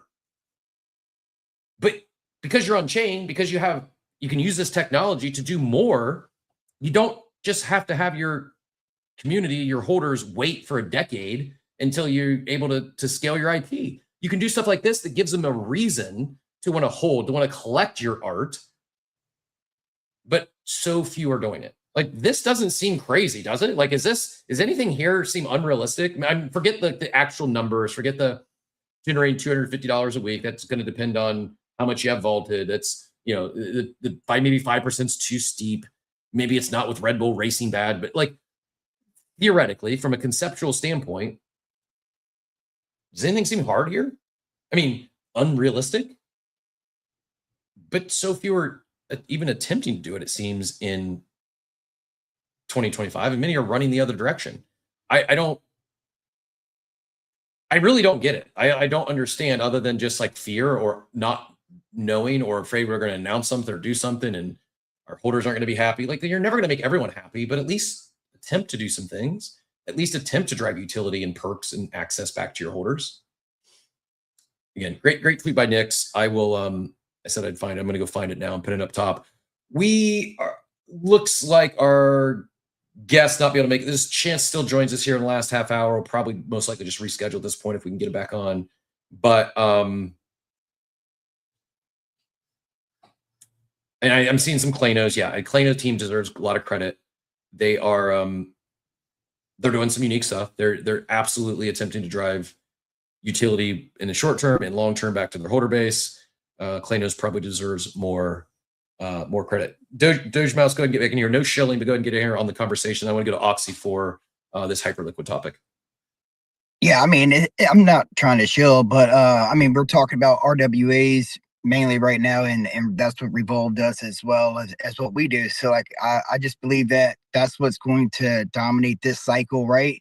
And what you're talking about as well is the NFTs not having utility. Well, what if you had a liquid NFT that also had utility to where you would utilize it to be able to go stay at a resort for however many nights your NFT is worth, right? That's bringing true utility back to the holders, which would make them want to hold that asset while also being liquid if they needed to sell it at any time by swapping it back to tokens. That is what is going to actually help revolutionize the NFT, the meme coins, while also creating a fully liquid asset, right? Which then gives you the true utility by giving you access to the real estate property that we've acquired. Right. So you're actually creating an ecosystem where every single person that gets involved benefits from it. And that's what we need to do in this ecosystem. We need to create and keep building new technology, right? Like what Aaron and Ernest did with Unvault. That right there gives utility to NFTs to move to other chains in order to acquire more assets. And you're creating an omni-chain like ecosystem, which is what we all want. Like, everybody needs to come together, pool resources, pool ideas, and create something that's going to move this ecosystem forward. And that's what the use cases should be like now. Yeah, I do think it would be, the PvP stuff. It's old, it's tired. I don't know. Maybe it gets some people excited, but I think they'd be a lot better served to work together and to accomplish some of this stuff, not just in the form of utility across collections, but attempting to accomplish some of these big swings together versus dunking on each other when someone does something. We're such a small space, and everyone here has a lot more in common than they don't, most likely. And just yeah, Jeremy, I'm gonna address it now. It's be the last time I address it. But yeah, man, people don't like you spam in the chat. I appreciate the engagement. A lot of your stuff is just, it's out of left field. Sorry for this quick rant. I just got to get out there. He asked, y'all hate me for the way I chat. No, yeah, it's nonsensical, man. It doesn't make any sense. Often it's off topic. And every once in a while you'll have something that is relevant. It is on topic, but you spam the chat with 40 comments, half of which don't make any sense or aren't relevant to the current conversation. And so I'm just being real. I ignore you in the chat because 90% of them don't have anything to do with what we're talking about. And I'm managing multiple chats, and you lose me. And I think other people, when they go to look at chat and they see the last 17 messages are all from you, and we can't even tell what you're talking about, man. You thread it or do something, but yeah, continuing to spam the chat with, I don't even know. Again, I'm not being mean. I appreciate you asking, and so I'll answer it. I'm not picking on you, but you asked, and so yeah, it's not like, what the hell does this mean? Org. And maybe it was probably related to something else you said, but it's like, this is just yeah, man. It's you can't, you lose us. Like, people just ignore you, and then when someone like Jambert, I missed his comment, which is actually a great one, but I missed it because there's Jammerhead is posting 1, 2, 3, 4, 5, 6, 7, 8, 9, 10, 11, 12, 13, 14. The next 14 messages were you spamming the chat. Do you understand how that's disruptive?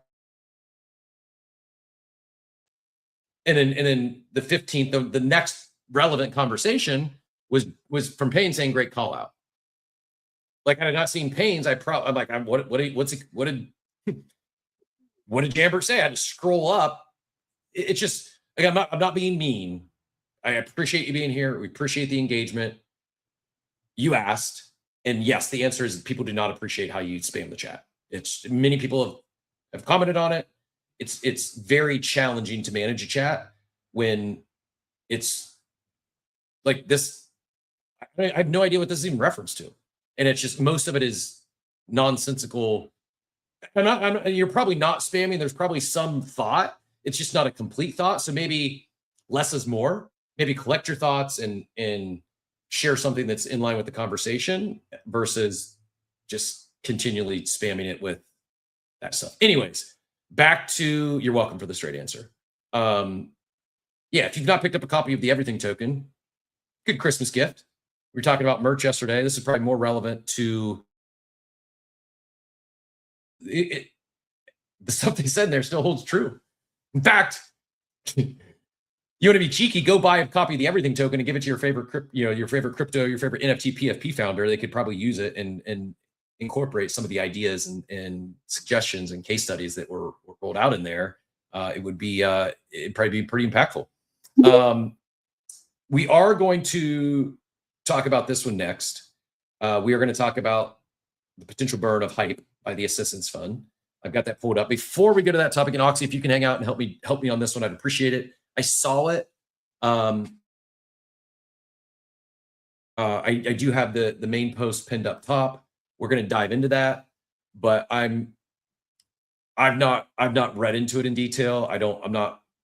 That's why I said in the war room, I need to understand it a little better before I really speak on it. But before we go to that, I saw Atari flew up here. Atari GM, what brought you up? Feel free to comment on anything you'd like, and then we'll move from my frustration with NFT PFP founders and go into the Hyper Foundation conversation. Okay, yeah, what brought me up was you commenting on the chat, dude. I'm sorry, I didn't mean to laugh, but it was funny. Sadie, can you hear me okay, first of all? Yeah, we got you, thanks. Okay, I just had a couple comments on the NFTs just based on the full discussion you guys were talking about, and I know I'm not going to beat the dead horse. There was a couple points that weren't brought up, and maybe I missed it at the beginning. I apologize. Sadie is barking, and I'm sick. One, we did see and this is going to be short. We did see the NFT, like the little fake pump. I don't know, what was it, 7-8 months ago when the markets really started going bullish. So I always say, like, NFT is the last thing that's going to go.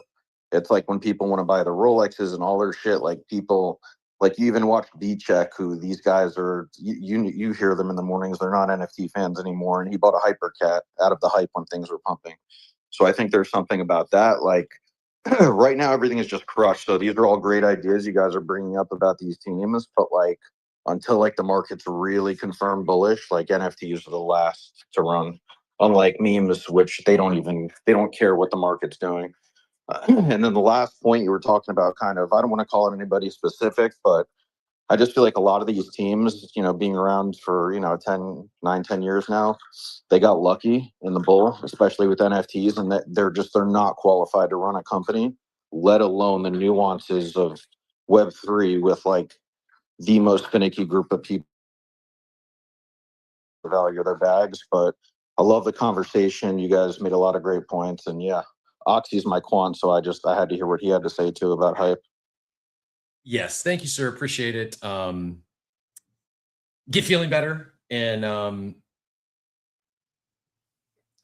guys, I'm an optimist. I am very bullish on the future of the space, very bullish on blockchain technology, I'm even bullish on some of these NFT PFP brands. I will provide feedback like this because I care.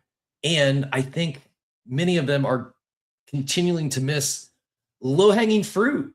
I'm not saying it's going to send the floor prices 2xing, 5xing from here, it will start reinstilling some confidence. It'll show alignment with your most loyal brand ambassadors. Community is powerful. The reason a lot of these NFT PFP brands are able to get some of these big collaborations with major Web 2 brands is because they can activate a community. I don't want to see that lost. But if they don't start showing better alignment and giving their and stop viewing their stakeholders, their NFT holders, their supporters as just an average customer, they're not going to continue to do that. Like, you can only, wring out the wash rag or squeeze the juice for so long. And speaking for myself, I'm getting tired of being a customer. I didn't come here to be a customer. I'll support you. I'll buy stuff, but give me a reason beyond like, oh, this is something that you could buy for half the price, but you're going to pay double because it's an NFT PFP brand that you like. I'm out of that. I'm not buying any more merch. It's just, I can't speak for everyone. I'm speaking for myself, but give me, if there's something cool with it, if you somehow incorporated the tech, if it's led to something else. I'm not saying there's there's no silver bullet. If it was that easy, everyone would be doing it. To me, I think the most frustrating thing is it seems like the effort has went away. Yeah, and and I don't want to interrupt, but the one thing you said about hiring those two people, like that could solve so many of these issues. If you just had two people, they locked in on Slack with everybody and they just attacked the day. I think you could see a big shift. But yeah, no, you're spot on, dude. I feel the fatigue from it too.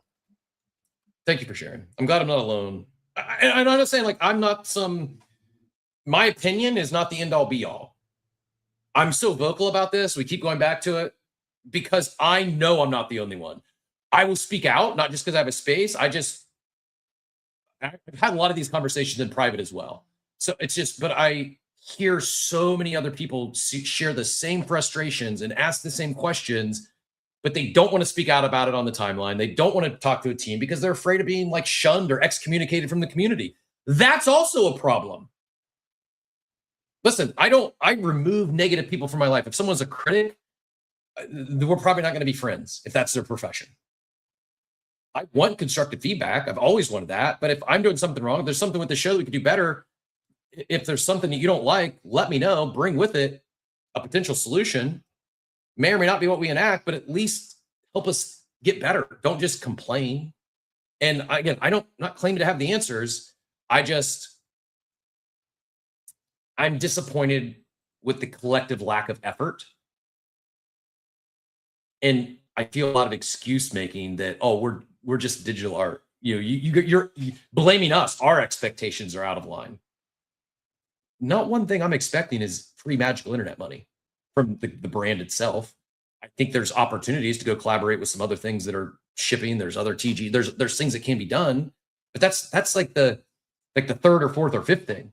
I'm asking for an effort to do some of those things. Maybe it lands $20. At least you attempted to do something. You never know. How many of these NFT PFP brands could have done some sort of partnership with Hyperliquid where, hey, go use this new platform. It's in beta. It's a perps platform. Don't overextend yourself. Only play with money you can afford to lose. But because you hold a Pudgy Penguin, because you hold an 8, because you hold a Doodle, because you hold a Good Vibes Club, you get your fees are waived. Your fees are half off. Do you think a few more people would have been over there and then by default would have got a big airdrop because they were early to a platform? Because you had someone that's their whole job is think about what's new, what's happening, what might get the attention next, what might be the next meta, what might be the next big TGE. You're probably going to miss it if you're just reacting till after something pops and Hyperliquid runs up to $60. You're like, we probably should have reached out to Hyperliquid like 6 months ago. Oxy, I'm going to pull up this post. Do you mind? I hate to put you on the spot. Do you mind kind of talking through it? I just got my daughter powered through my do not disturb. I just want to check in real quick, make sure everything's cool there. I'm sure it's fine. Yep. Absolutely. Let me share this post on the Hyperliquid thing. If you could kind of give us the TLDR, the actual update, and then I will I appreciate the 30 to 60 seconds of air cover here. Yeah, no, for sure. Yeah, so the announcement or like the updated I guess, news here for Hyperliquid is that the Hyper Foundation is proposing a vote to essentially burn the assistance fund, which is basically just the Hype token that has been bought back from, trading revenue, like USDH, which was the stablecoin for Hyper EVM. They had proposed 50%. If you guys remember, the 50% of the revenue that they're going to be generating is going to go back into buying Hype and then putting it into the assistance fund. Essentially, what this fund is all the revenue buybacks that were conducted by Hyperliquid. So this proposal is essentially saying, okay, yeah, we understand this assistance fund is here. There's no access by the Hyperliquid team. They can't access these funds. But instead, what we'd like to see is them to go out and burn this Hype, which would essentially lower the circulating supply by, I think, 45% is what someone, I think, was in the original proposal. So it's, I guess there's like, I don't know, several, obviously a lot of people have a lot of takes on this, but the way people are viewing it is, one, okay, if you go out there, you burn this supply, there's no risk of the Hyperliquid team somehow getting access to this, dumping the 50% or whatever they've bought back and essentially nuking the supply or nuking the price. So there's that side of things. But ultimately, what people really want out of this is, currently when we do valuations on crypto companies, we look at FDV, so fully diluted valuation of the protocol. Currently, the 45% of the Hype tokens that are locked in this assistance fund are currently being calculated and included in that circulating supply for FDV. Even though no one can touch them, no one can trade them, they're not accessible by anyone. The valuation of Hyperliquid includes these tokens in the valuation. So the idea is, if we burn this 45% or whatever the supply is in this assistance fund, the valuation of Hyperliquid will be more realistic for, like in the view of TradFi and, normal equity valuations that are out there in the real world, because currently that number is, grossly inflated by this amount that will never be within the circulating supply. So although, and then I guess maybe another, like a third and final point here is, people are like, okay, look, this Hype that was locked away in this assistance fund has never, like that, it was never going to be accessed. It was never going to be used. It was essentially burned anyways. This is just like I don't know, it's a nothing burger. Like, it's essentially just, it's doing nothing. It was always locked away. It was essentially burned for in everyone's eyes. Like, this is just basically I don't know, virtue signaling or just a nothing burger, and doesn't actually mean anything. So this doesn't mean anything for the price. A lot of different views, obviously, but essentially, TLDR, they want to burn the assistance fund. It'll change the FDV on a lot, like CoinGecko, CoinMarketCap, Coinbase, so on and so forth. And so that's what the vote is currently for the validators. What was the original, like, how did it get here? Like, when I first, my impression was like, oh, this is like it's like a DAO fund. It's for builders. Is that, am I correct thinking there or no? No, I don't think it was never. It wasn't even. I don't believe it was ever used for, like, the assistance fund was ever going to be used for, like putting money back into the ecosystem by like promoting builders and things like that. I could be, yeah, that's a good question. I could be wrong on that, but my understanding was that was never the use case. That's where, like, I mean, based on what I read and what you described, it's kind of a no-brainer. Burn it, get rid of it. Yeah. If it's not going to be used, what's it for? But where my confusion comes in is, like, why did it become a thing to begin with? What was its intended purpose, I guess? What does assistant fund actually even mean? Yeah, it was simply to basically, there is buybacks. Like, that's the whole of it. It was a place to put the buybacks. So when Hyperliquid was generating revenue, or continuing to generate revenue, I think, I don't remember the percentage exactly what it is, but it's a huge percent of their revenue goes to buying back Hype token and essentially burning it and putting it into this assistance fund. So it pumps the price because they're buying back the token and burning it. It's out of the circulating supply, theoretically out of the circulating supply, although not technically. So that's what it was used for, is to do token buybacks and lock them up. Okay, so then I guess assuming this goes through, it gets passed, which I haven't heard anyone like push back against it yet. Then is the next assumption that future buybacks would just be burnt? That is, yep, correct. Okay.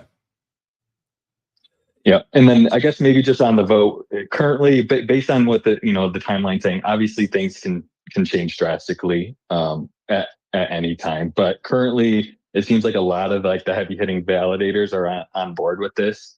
Although it's like it doesn't really do anything. The idea of it reevaluating the FDV of a protocol this big, that's like in the mainstream media, people are talking about it, using an FDV of whatever $1 billion, like what is it, $30 billion?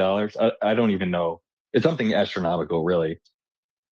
Like it's hard to value that appropriately without getting the full picture. Like if I'm a TradFi guy and I'm like, okay, let's diversify our crypto portfolio a little bit. Okay, Hype, I've heard about it. It's like a perps protocol. They generate a lot of revenue. Okay, I can see it.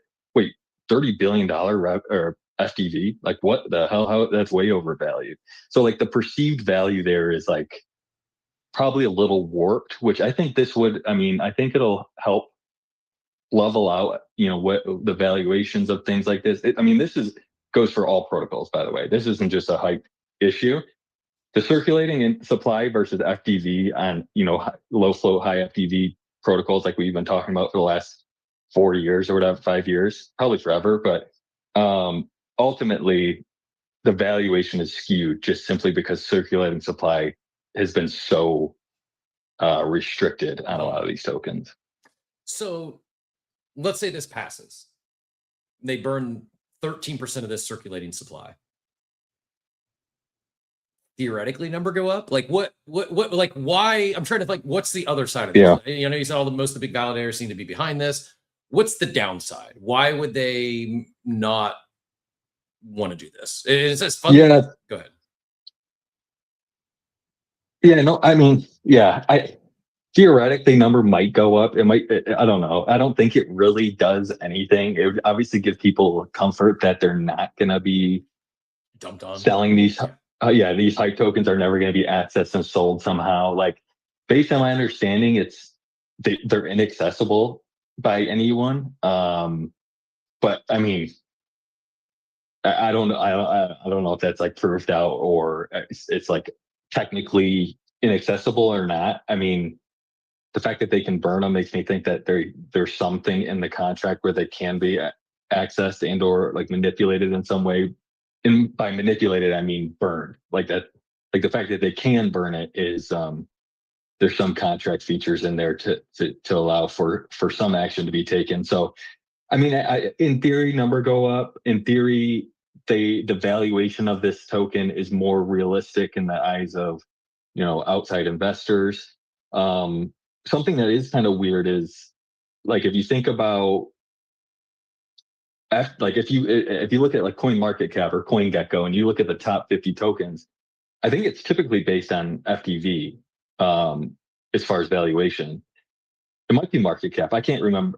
I'm not sure what the rate, like the rating system is based on, if it's market cap or FDV. But in theory, if it's based on FDV, Hyperliquid could fall out of the top 25 tokens or whatever simply because of this mechanism being in place. So I don't know. It's an interesting situation, really. I don't know really what it means for the token or the ecosystem. I really wish a lot of the protocols would like reinvest more revenue into protocol build out and chain build out. Like I think there's I understand the idea of spending 90% of your revenue on buying back your token and inflating that token price like that. I can understand the value accrual back to token holders because price go up, number go up. But like if you're not building out and like helping fund or give grants or whatever to builders in the ecosystem that want to build unique things, I just don't really understand that from a business perspective. But that's a little bit outside the scope of what we're talking about here. I don't understand it. I've questioned for a while, like especially the hot, like 90 to 99% of your revenues to go back to buy a token and burn it. Like they're literally burning dollars. Like, yeah, I guess in theory they hold enough of their own token that theoretically numbers should go up with less supply, but it just seems like 10%, 20%, that's one thing. 90 to 99% seems insane. I've never understood it. And I've just chalked it off like I just don't have a big enough financial brain to get that, like how that would make sense, and became a thing for a while. And I don't know. It's always been odd to me, some of these protocols that are buying, using so much of their revenue to go buy back their own token and then burn it. It's just kind of been a head scratcher. And to answer your question, though, the coin market cap rankings on top cryptocurrencies, it is sorted by market cap. Okay. So I think market cap, if you go to I think it's based on circulating supply.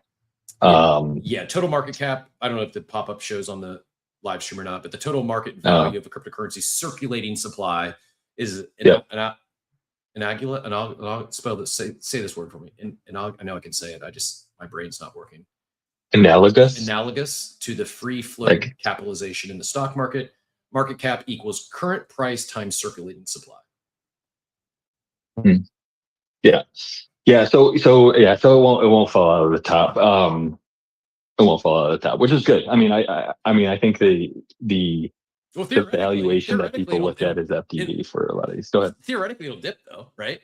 Theoretically, the market cap, the circulating, if they burn 13% of the token and number doesn't go up, the market cap's going to go down 13%, right? Is that math right? So I guess that's a good question. I don't know if the assistance fund is within the circulating supply or not. If that's considered in the circulating supply or not currently.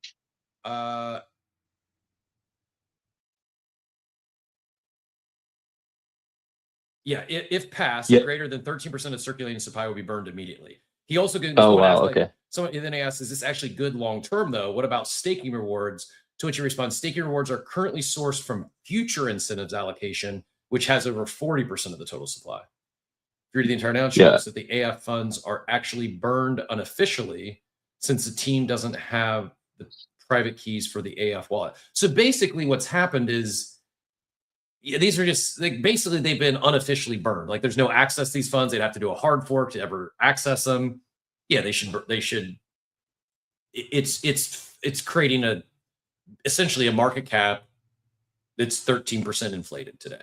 And this is while the market cap's going to dip, they may go down the rankings a little bit. It's just cleaner. It's just, it's just not that 13% isn't real. And now maybe that's priced in. I don't know, but I'm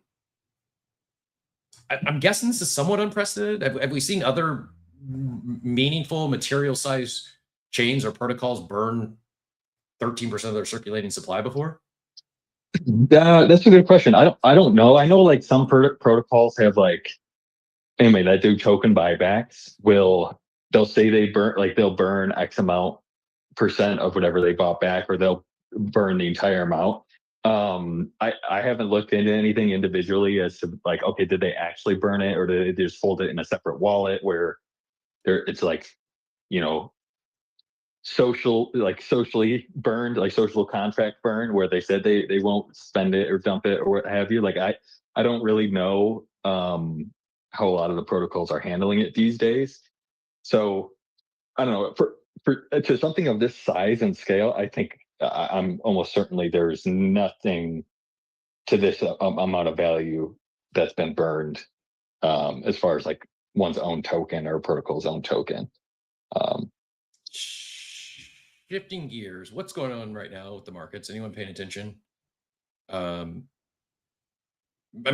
down 0.5% today, but ETH went down. If this chart's right, ETH had a massive red candle down to, I saw it last, I looked below 2,800 or below 2,900. Since I'm on coin market cap here, went down like 28.97 and then God candled back up to 29.56, if that's right. Anyone, any ideas? I don't think. Did Trump start speaking? That's what I was going to ask. Was there like, and is the coin market cap chart right? Because I just Googled ETH price and the generic, whatever the I guess the Google chart. I don't know where they pull this from. It's still showing the red candle without the God candle back up. Yeah, is anyone in the know? Anyone in the chat? Anyone? Or is this just billionaire war games again? I've seen some funny this thing is, if this is real, this is wild.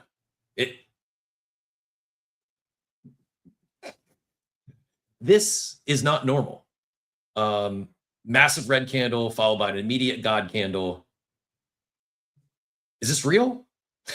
Is this just a whales game to short to liquidate the shorts, or vice versa? That's, I don't know, man. We're gonna have to. I'm gonna need to get someone that's deep. Yeah, no one knows yet, but it's funny, like looking at like Lighter or Hyperliquid. It doesn't have that much fluctuation. Like looking at just the hour candle, you can see kind of a tick up, but like on the day chart, it's pretty just flat. It's weird. So I just saw this. I went to Hyperliquid and my default view was on Pingu, and it's showing this. It's also showing a God candle. Looks like bid is as well. I'm just floating around on CoinGecko, and there's the last 5 minutes or 6 minutes, they're showing a spike across bid and ETH. What is happening? This is the stuff like really confuses me. Like it'd be one thing if we just ripped, to be another thing if we just dumped, but to dump and then immediately rip, like immediately, like there wasn't even like, unless you had a open buy order, you're not, or you were glued to the chart with your hand over the buy button. You're not going to catch the dip here. Anyone that had a buy order at 2,900 is dancing right now.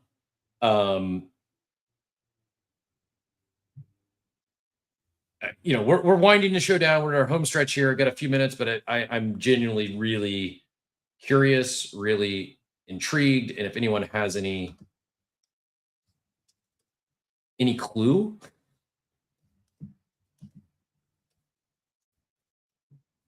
It's funny, on the show this morning when Legendary was talking about on Modern Market, he was talking about how small relative to the TradFi market crypto really is, from just like the market cap of the entire industry, really, and Bitcoin individually and stuff. And it's things like this. So this is exactly the reason, or this shows that like money can, like big money can really fluctuate these prices just on a whim, simply because of how quote unquote small the ecosystem and the market cap of these tokens are. So single buys of seemingly small amounts when looking at like the market cap of Tesla or some of these massive tech companies, can really move markets. It's pretty interesting. Bitcoin's just ripping. Like in the last few minutes, this went from 8,700 to 89, or 87,000 to 89,000. Would be wild if tomorrow it comes out that, because this is a little later. Usually we're seeing that happen at like 9:30, I think. But this would be wild if this was like the Jane Street. They just finished their tax loss harvesting. They dumped on the market open, and then they said, okay, we're good. Our bags are packed, and we've done all our tax loss harvest we need. Now we're gonna send it.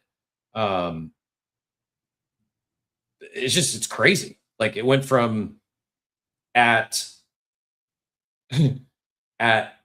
9:47, Mayhem posted markets right now like crashing out, mostly ETH, and then 12 minutes later, it's 9:54, not even 7 minutes later, ETH ripping now, missed the bottom. Yeah, counter move right before the big move opposite way. That's usually how it goes, says Phonics. Send it. We'll take credit. Coffee with Captain Pump. Good way to close it on. Thanks for tuning in, everyone. Sorry we didn't get your NFTs pumping today, but all's good. We got the Coffee with Captain Pump on ETH, Bitcoin, and Pingu. Apparently, everything is just going to send now because someone with a lot more capital than I do decided they wanted things to send this morning. I don't know. I don't get it. I am not going to pretend to understand what would. I mean, to Phonics' point, we've seen the counter move before the big move, but I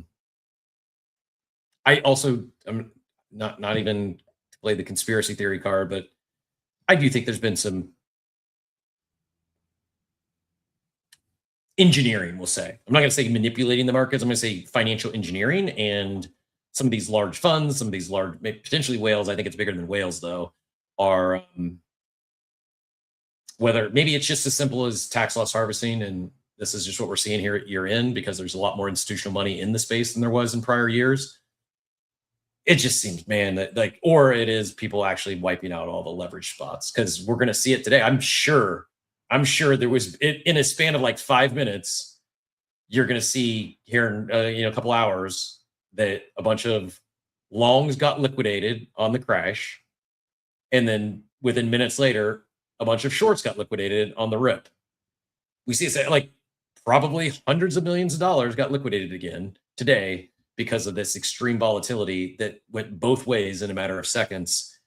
Good reminder to never put any money you can't afford to lose. It may not go to zero, but if you're like, I want to get back in the perp streets.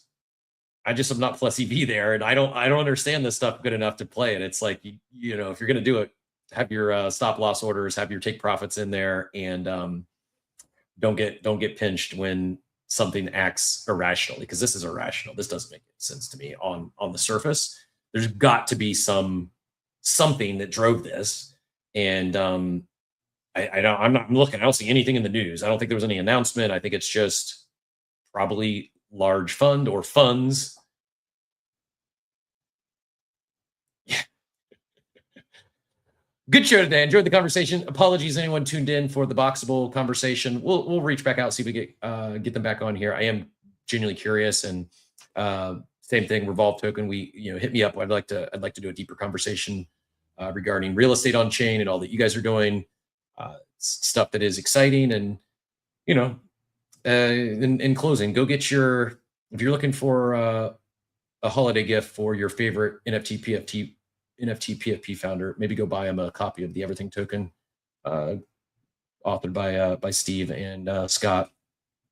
It is actually, I'm probably going to reread it because I'm pretty sure everything still holds, and most of what they talked about in there still holds true to this day. And to kind of tie things off, I think a lot of these teams just stop even making the effort. They stopped attempting to do some of this stuff. Trying to find, like, DeFi Addict says speculation about Trump endorsing the nation. I really don't think that's what would cause a crash and then an immediate God candle like this. Wintermute and exchanges went all in before Trump's announcement. This was 2 hours ago, though. This doesn't make sense that it would be what we just saw in the last 15 minutes. Appreciate DeFi Addict sharing this. Says Wintermute and exchanges went all in before Trump's announcement. Binance bought almost 10,000 Bitcoin. Coinbase bought 4,100. Bybit bought 3,400. Wintermute bought 3,000. Whale bought 28. OKX bought 2,300. Not retail, something big is coming. But again, all those buys, this was 2 hours ago, so that wasn't what, and presumably those buys took place well before that. So who knows? I sure don't. That's it. One other final thing, ending on a high note, I want to make sure Cool Chick is still out there. She is. I pinned this up top. Just big congratulations. If you have some aspirational goals, if there's some clubs that you'd want to get access to, if there's some digital identity you'd like to rock, maybe a good time to make some WETH offers. With any of this, bottom may not be in. Don't put any money in you can't afford to lose, or do so with a long-term time perspective. Do so with, hey, this thing could go lower and I'm okay because this is something I want to be a part of the club for the next 10 years. That's what I said the other day. It's how I view this thing. Like, I don't even know what the current floor price on Mutant is. 0.68 ETH. You know, if you are going to be here for a while and you plan to build in this space, God, this I just went to do my conversion, about $2,000 after this God candle. I do, despite frustrations with NFT PFP founders and their lack of effort seemingly recently to drive perks and utility and show alignment with their holders, I think you'd be hard pressed to find access to a club for $2,000 that's a lifetime membership. If you put in the effort, you couldn't convince me that you wouldn't get $2,000 of value over this lifetime membership. Now, just by going and purchasing a Mutant and putting it as your PFP, that in itself might open a door for you, maybe not. But if you get involved and you participate and you go to Ape Fest and you go to the clubhouse, like, it may not be in the next year, it may not be in the next 2 years. In the next 10 years, that's $200 a year. You'll get $200 worth of utility, unless they stop, unless they don't build a clubhouse, unless they don't have an Ape Fest again, unless there's never any more future utility. Then you just bought an expensive piece of a digital collectible, an IP. But I don't have any reason to believe that's going to be the case. So big congrats to Cool Chick. She says, if you're not looking at the screen, lost my tab. There we go. What a year 2025 turned out to be. Lifelong friends made, hosted alongside insanely talented people on Let Me Buy Your Ape Chain NFTs, Ape Fest Vegas, Members for Life. And after years of grinding, I'm officially part of the best club on the internet. Do Ape Follows Apes. Go give her a follow. Go give some love on that post. And you love to see it. You love to see it, despite my frustrations with the overall. And this isn't Yuga related. Just I feel the same about most, not all. I'm not speaking absolutes. Most of them feel like they've stopped attempting to show alignment and drive value, at least on an ongoing basis. It is exciting to see people who've been grinding to check off an aspirational goal, to join the club. And you're probably well aware of this, Cool Chick, but make sure you join on, hit up one of the, I see actually coincidentally Law and Dort are both side by side in the audience on my view. Two absolute legends out there putting in the blood, sweat, and tears for Welcome Apes. I'm sure you'll probably, if not already, you'll get a nice welcoming from them today. And next, actually it might be tonight. I think Wednesdays is still Welcome Wednesday, if I'm not mistaken. So definitely tune in there if you can. If not, plan to join a future Wednesday. And big congrats, well deserved, proud of you, excited for you, and don't let my frustrations with NFT PFP brands damper your excitement whatsoever. Still very exciting, love to see it. And this is, I mean, in all seriousness, as we said earlier today, Q4 2025 has been the worst performing quarter for NFT in 3 years. If you believe there is a future, if you believe things do bounce next year, might not be the worst time to be making some offers out there, collecting what you want to collect. And if there's some things you've had on your list, this is potentially, I'm not saying it's bottom, but it's definitely not top. Osiris says weekly charts looking good.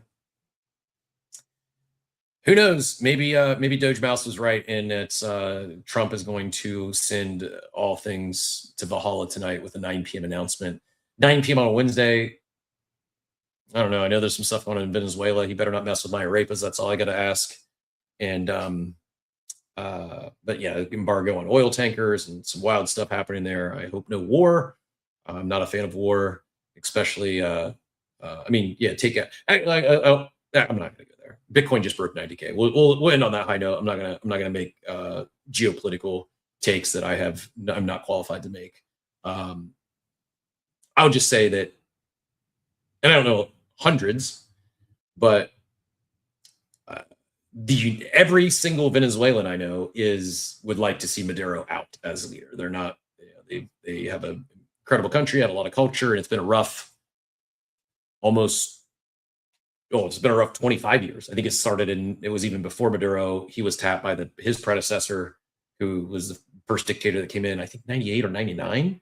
And things were still okay for a little while before inflation went crazy. And anyways, the TLDR is all those that I know personally want to see change in their home country that they love and they're proud of. And but yeah, that's the extent of my geopolitical takes. Is change can be good. I just hope it doesn't involve war, if that's possible. Anyways, all that said, enjoyed the show today. Appreciate everyone who joined us. Even Jeremy, who was spamming the chat again today. I appreciate you asking the question. Thank you. And please don't take that personally. I wasn't attacking you. I only answered. It was the coffee talking. If I got a little passionate, I'm not mad. I do truly appreciate you being in the chat. I hope you don't bail just because I said to stop spamming the chat. But yeah, be respectful of others in the chat. They would appreciate it. And appreciate all the activity. Also got some comments over on Abstract today that we were popping off one of the top shows over there. At one point, there was over 20 concurrent just viewing the Abstract stream alone, which is a pretty big number for Abstract. So just keep that in mind, Luca. If you are going to create, you're going to help streamers make millions of dollars on your platform. Don't forget about us morning shows. I've been streaming every morning over there from 8 to 10. Kid, but not really. I'll take the when it comes to chains. Give me all the free magical internet money I can take. When it comes to NFT, PFP brands, I'm not zero expectations on my end, but I would love to see you work with other chains like Abstract, for instance. Expecting some pudgy TGE action over there on Abstract, to which I would say, why not more? Maybe they can say no. Maybe they say, no, we're only going to reward our pudgies, which is understandable. That's the worst they can say. They're already not giving it to you if you don't ask. Shoot your shots.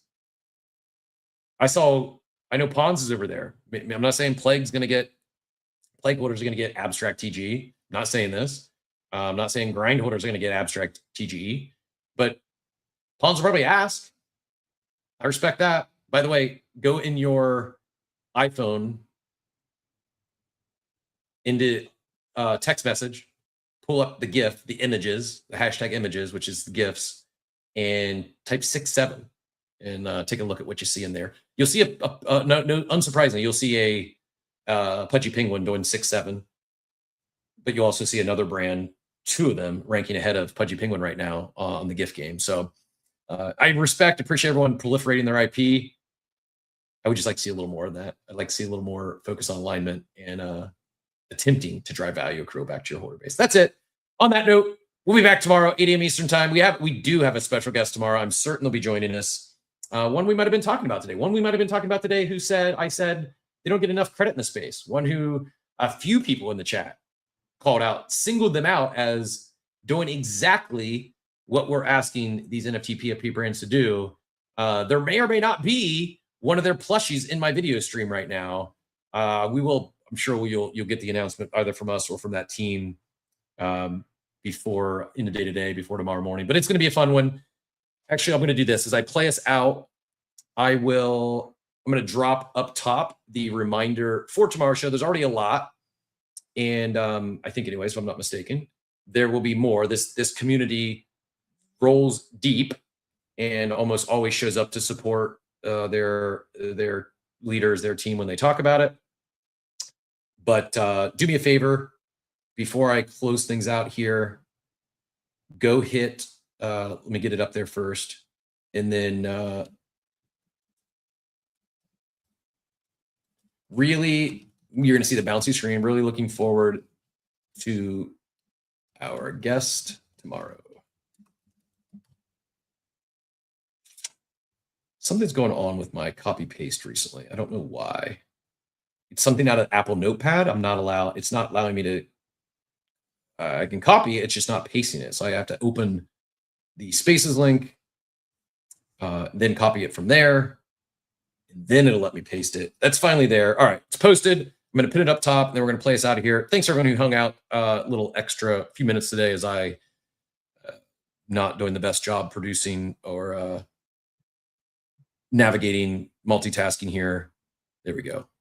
All right, only 12 so far. Go be lucky number 13. Hit the reminder. It's pinned up top. We'll be back tomorrow, 8 a.m. Eastern time. Guests will join us around 9, and it's going to be a fun one. May have some alpha. you know what I'm gonna do? I'm gonna reach out and see if I can get one of these plushies behind me to give away tomorrow. Pretty cool plushie, doing some cool stuff with the boxes, and actually using technology in their plushies and all kinds of good stuff. So really excited for the combo. We'll be back. Thanks again, and yeah, again, big above 90K. So you're welcome for the coffee with Captain Pump. And as Steve would say, hope you all have a wonderful, wonderful day, everyone. Thanks for tuning into Coffee with Captain, powered by ApeCoin. We hope you enjoyed the show, and remember, nothing we discussed today is financial advice. Until next time, keep exploring, stay curious, and we'll see you soon. Have a great day. Welcome to the future.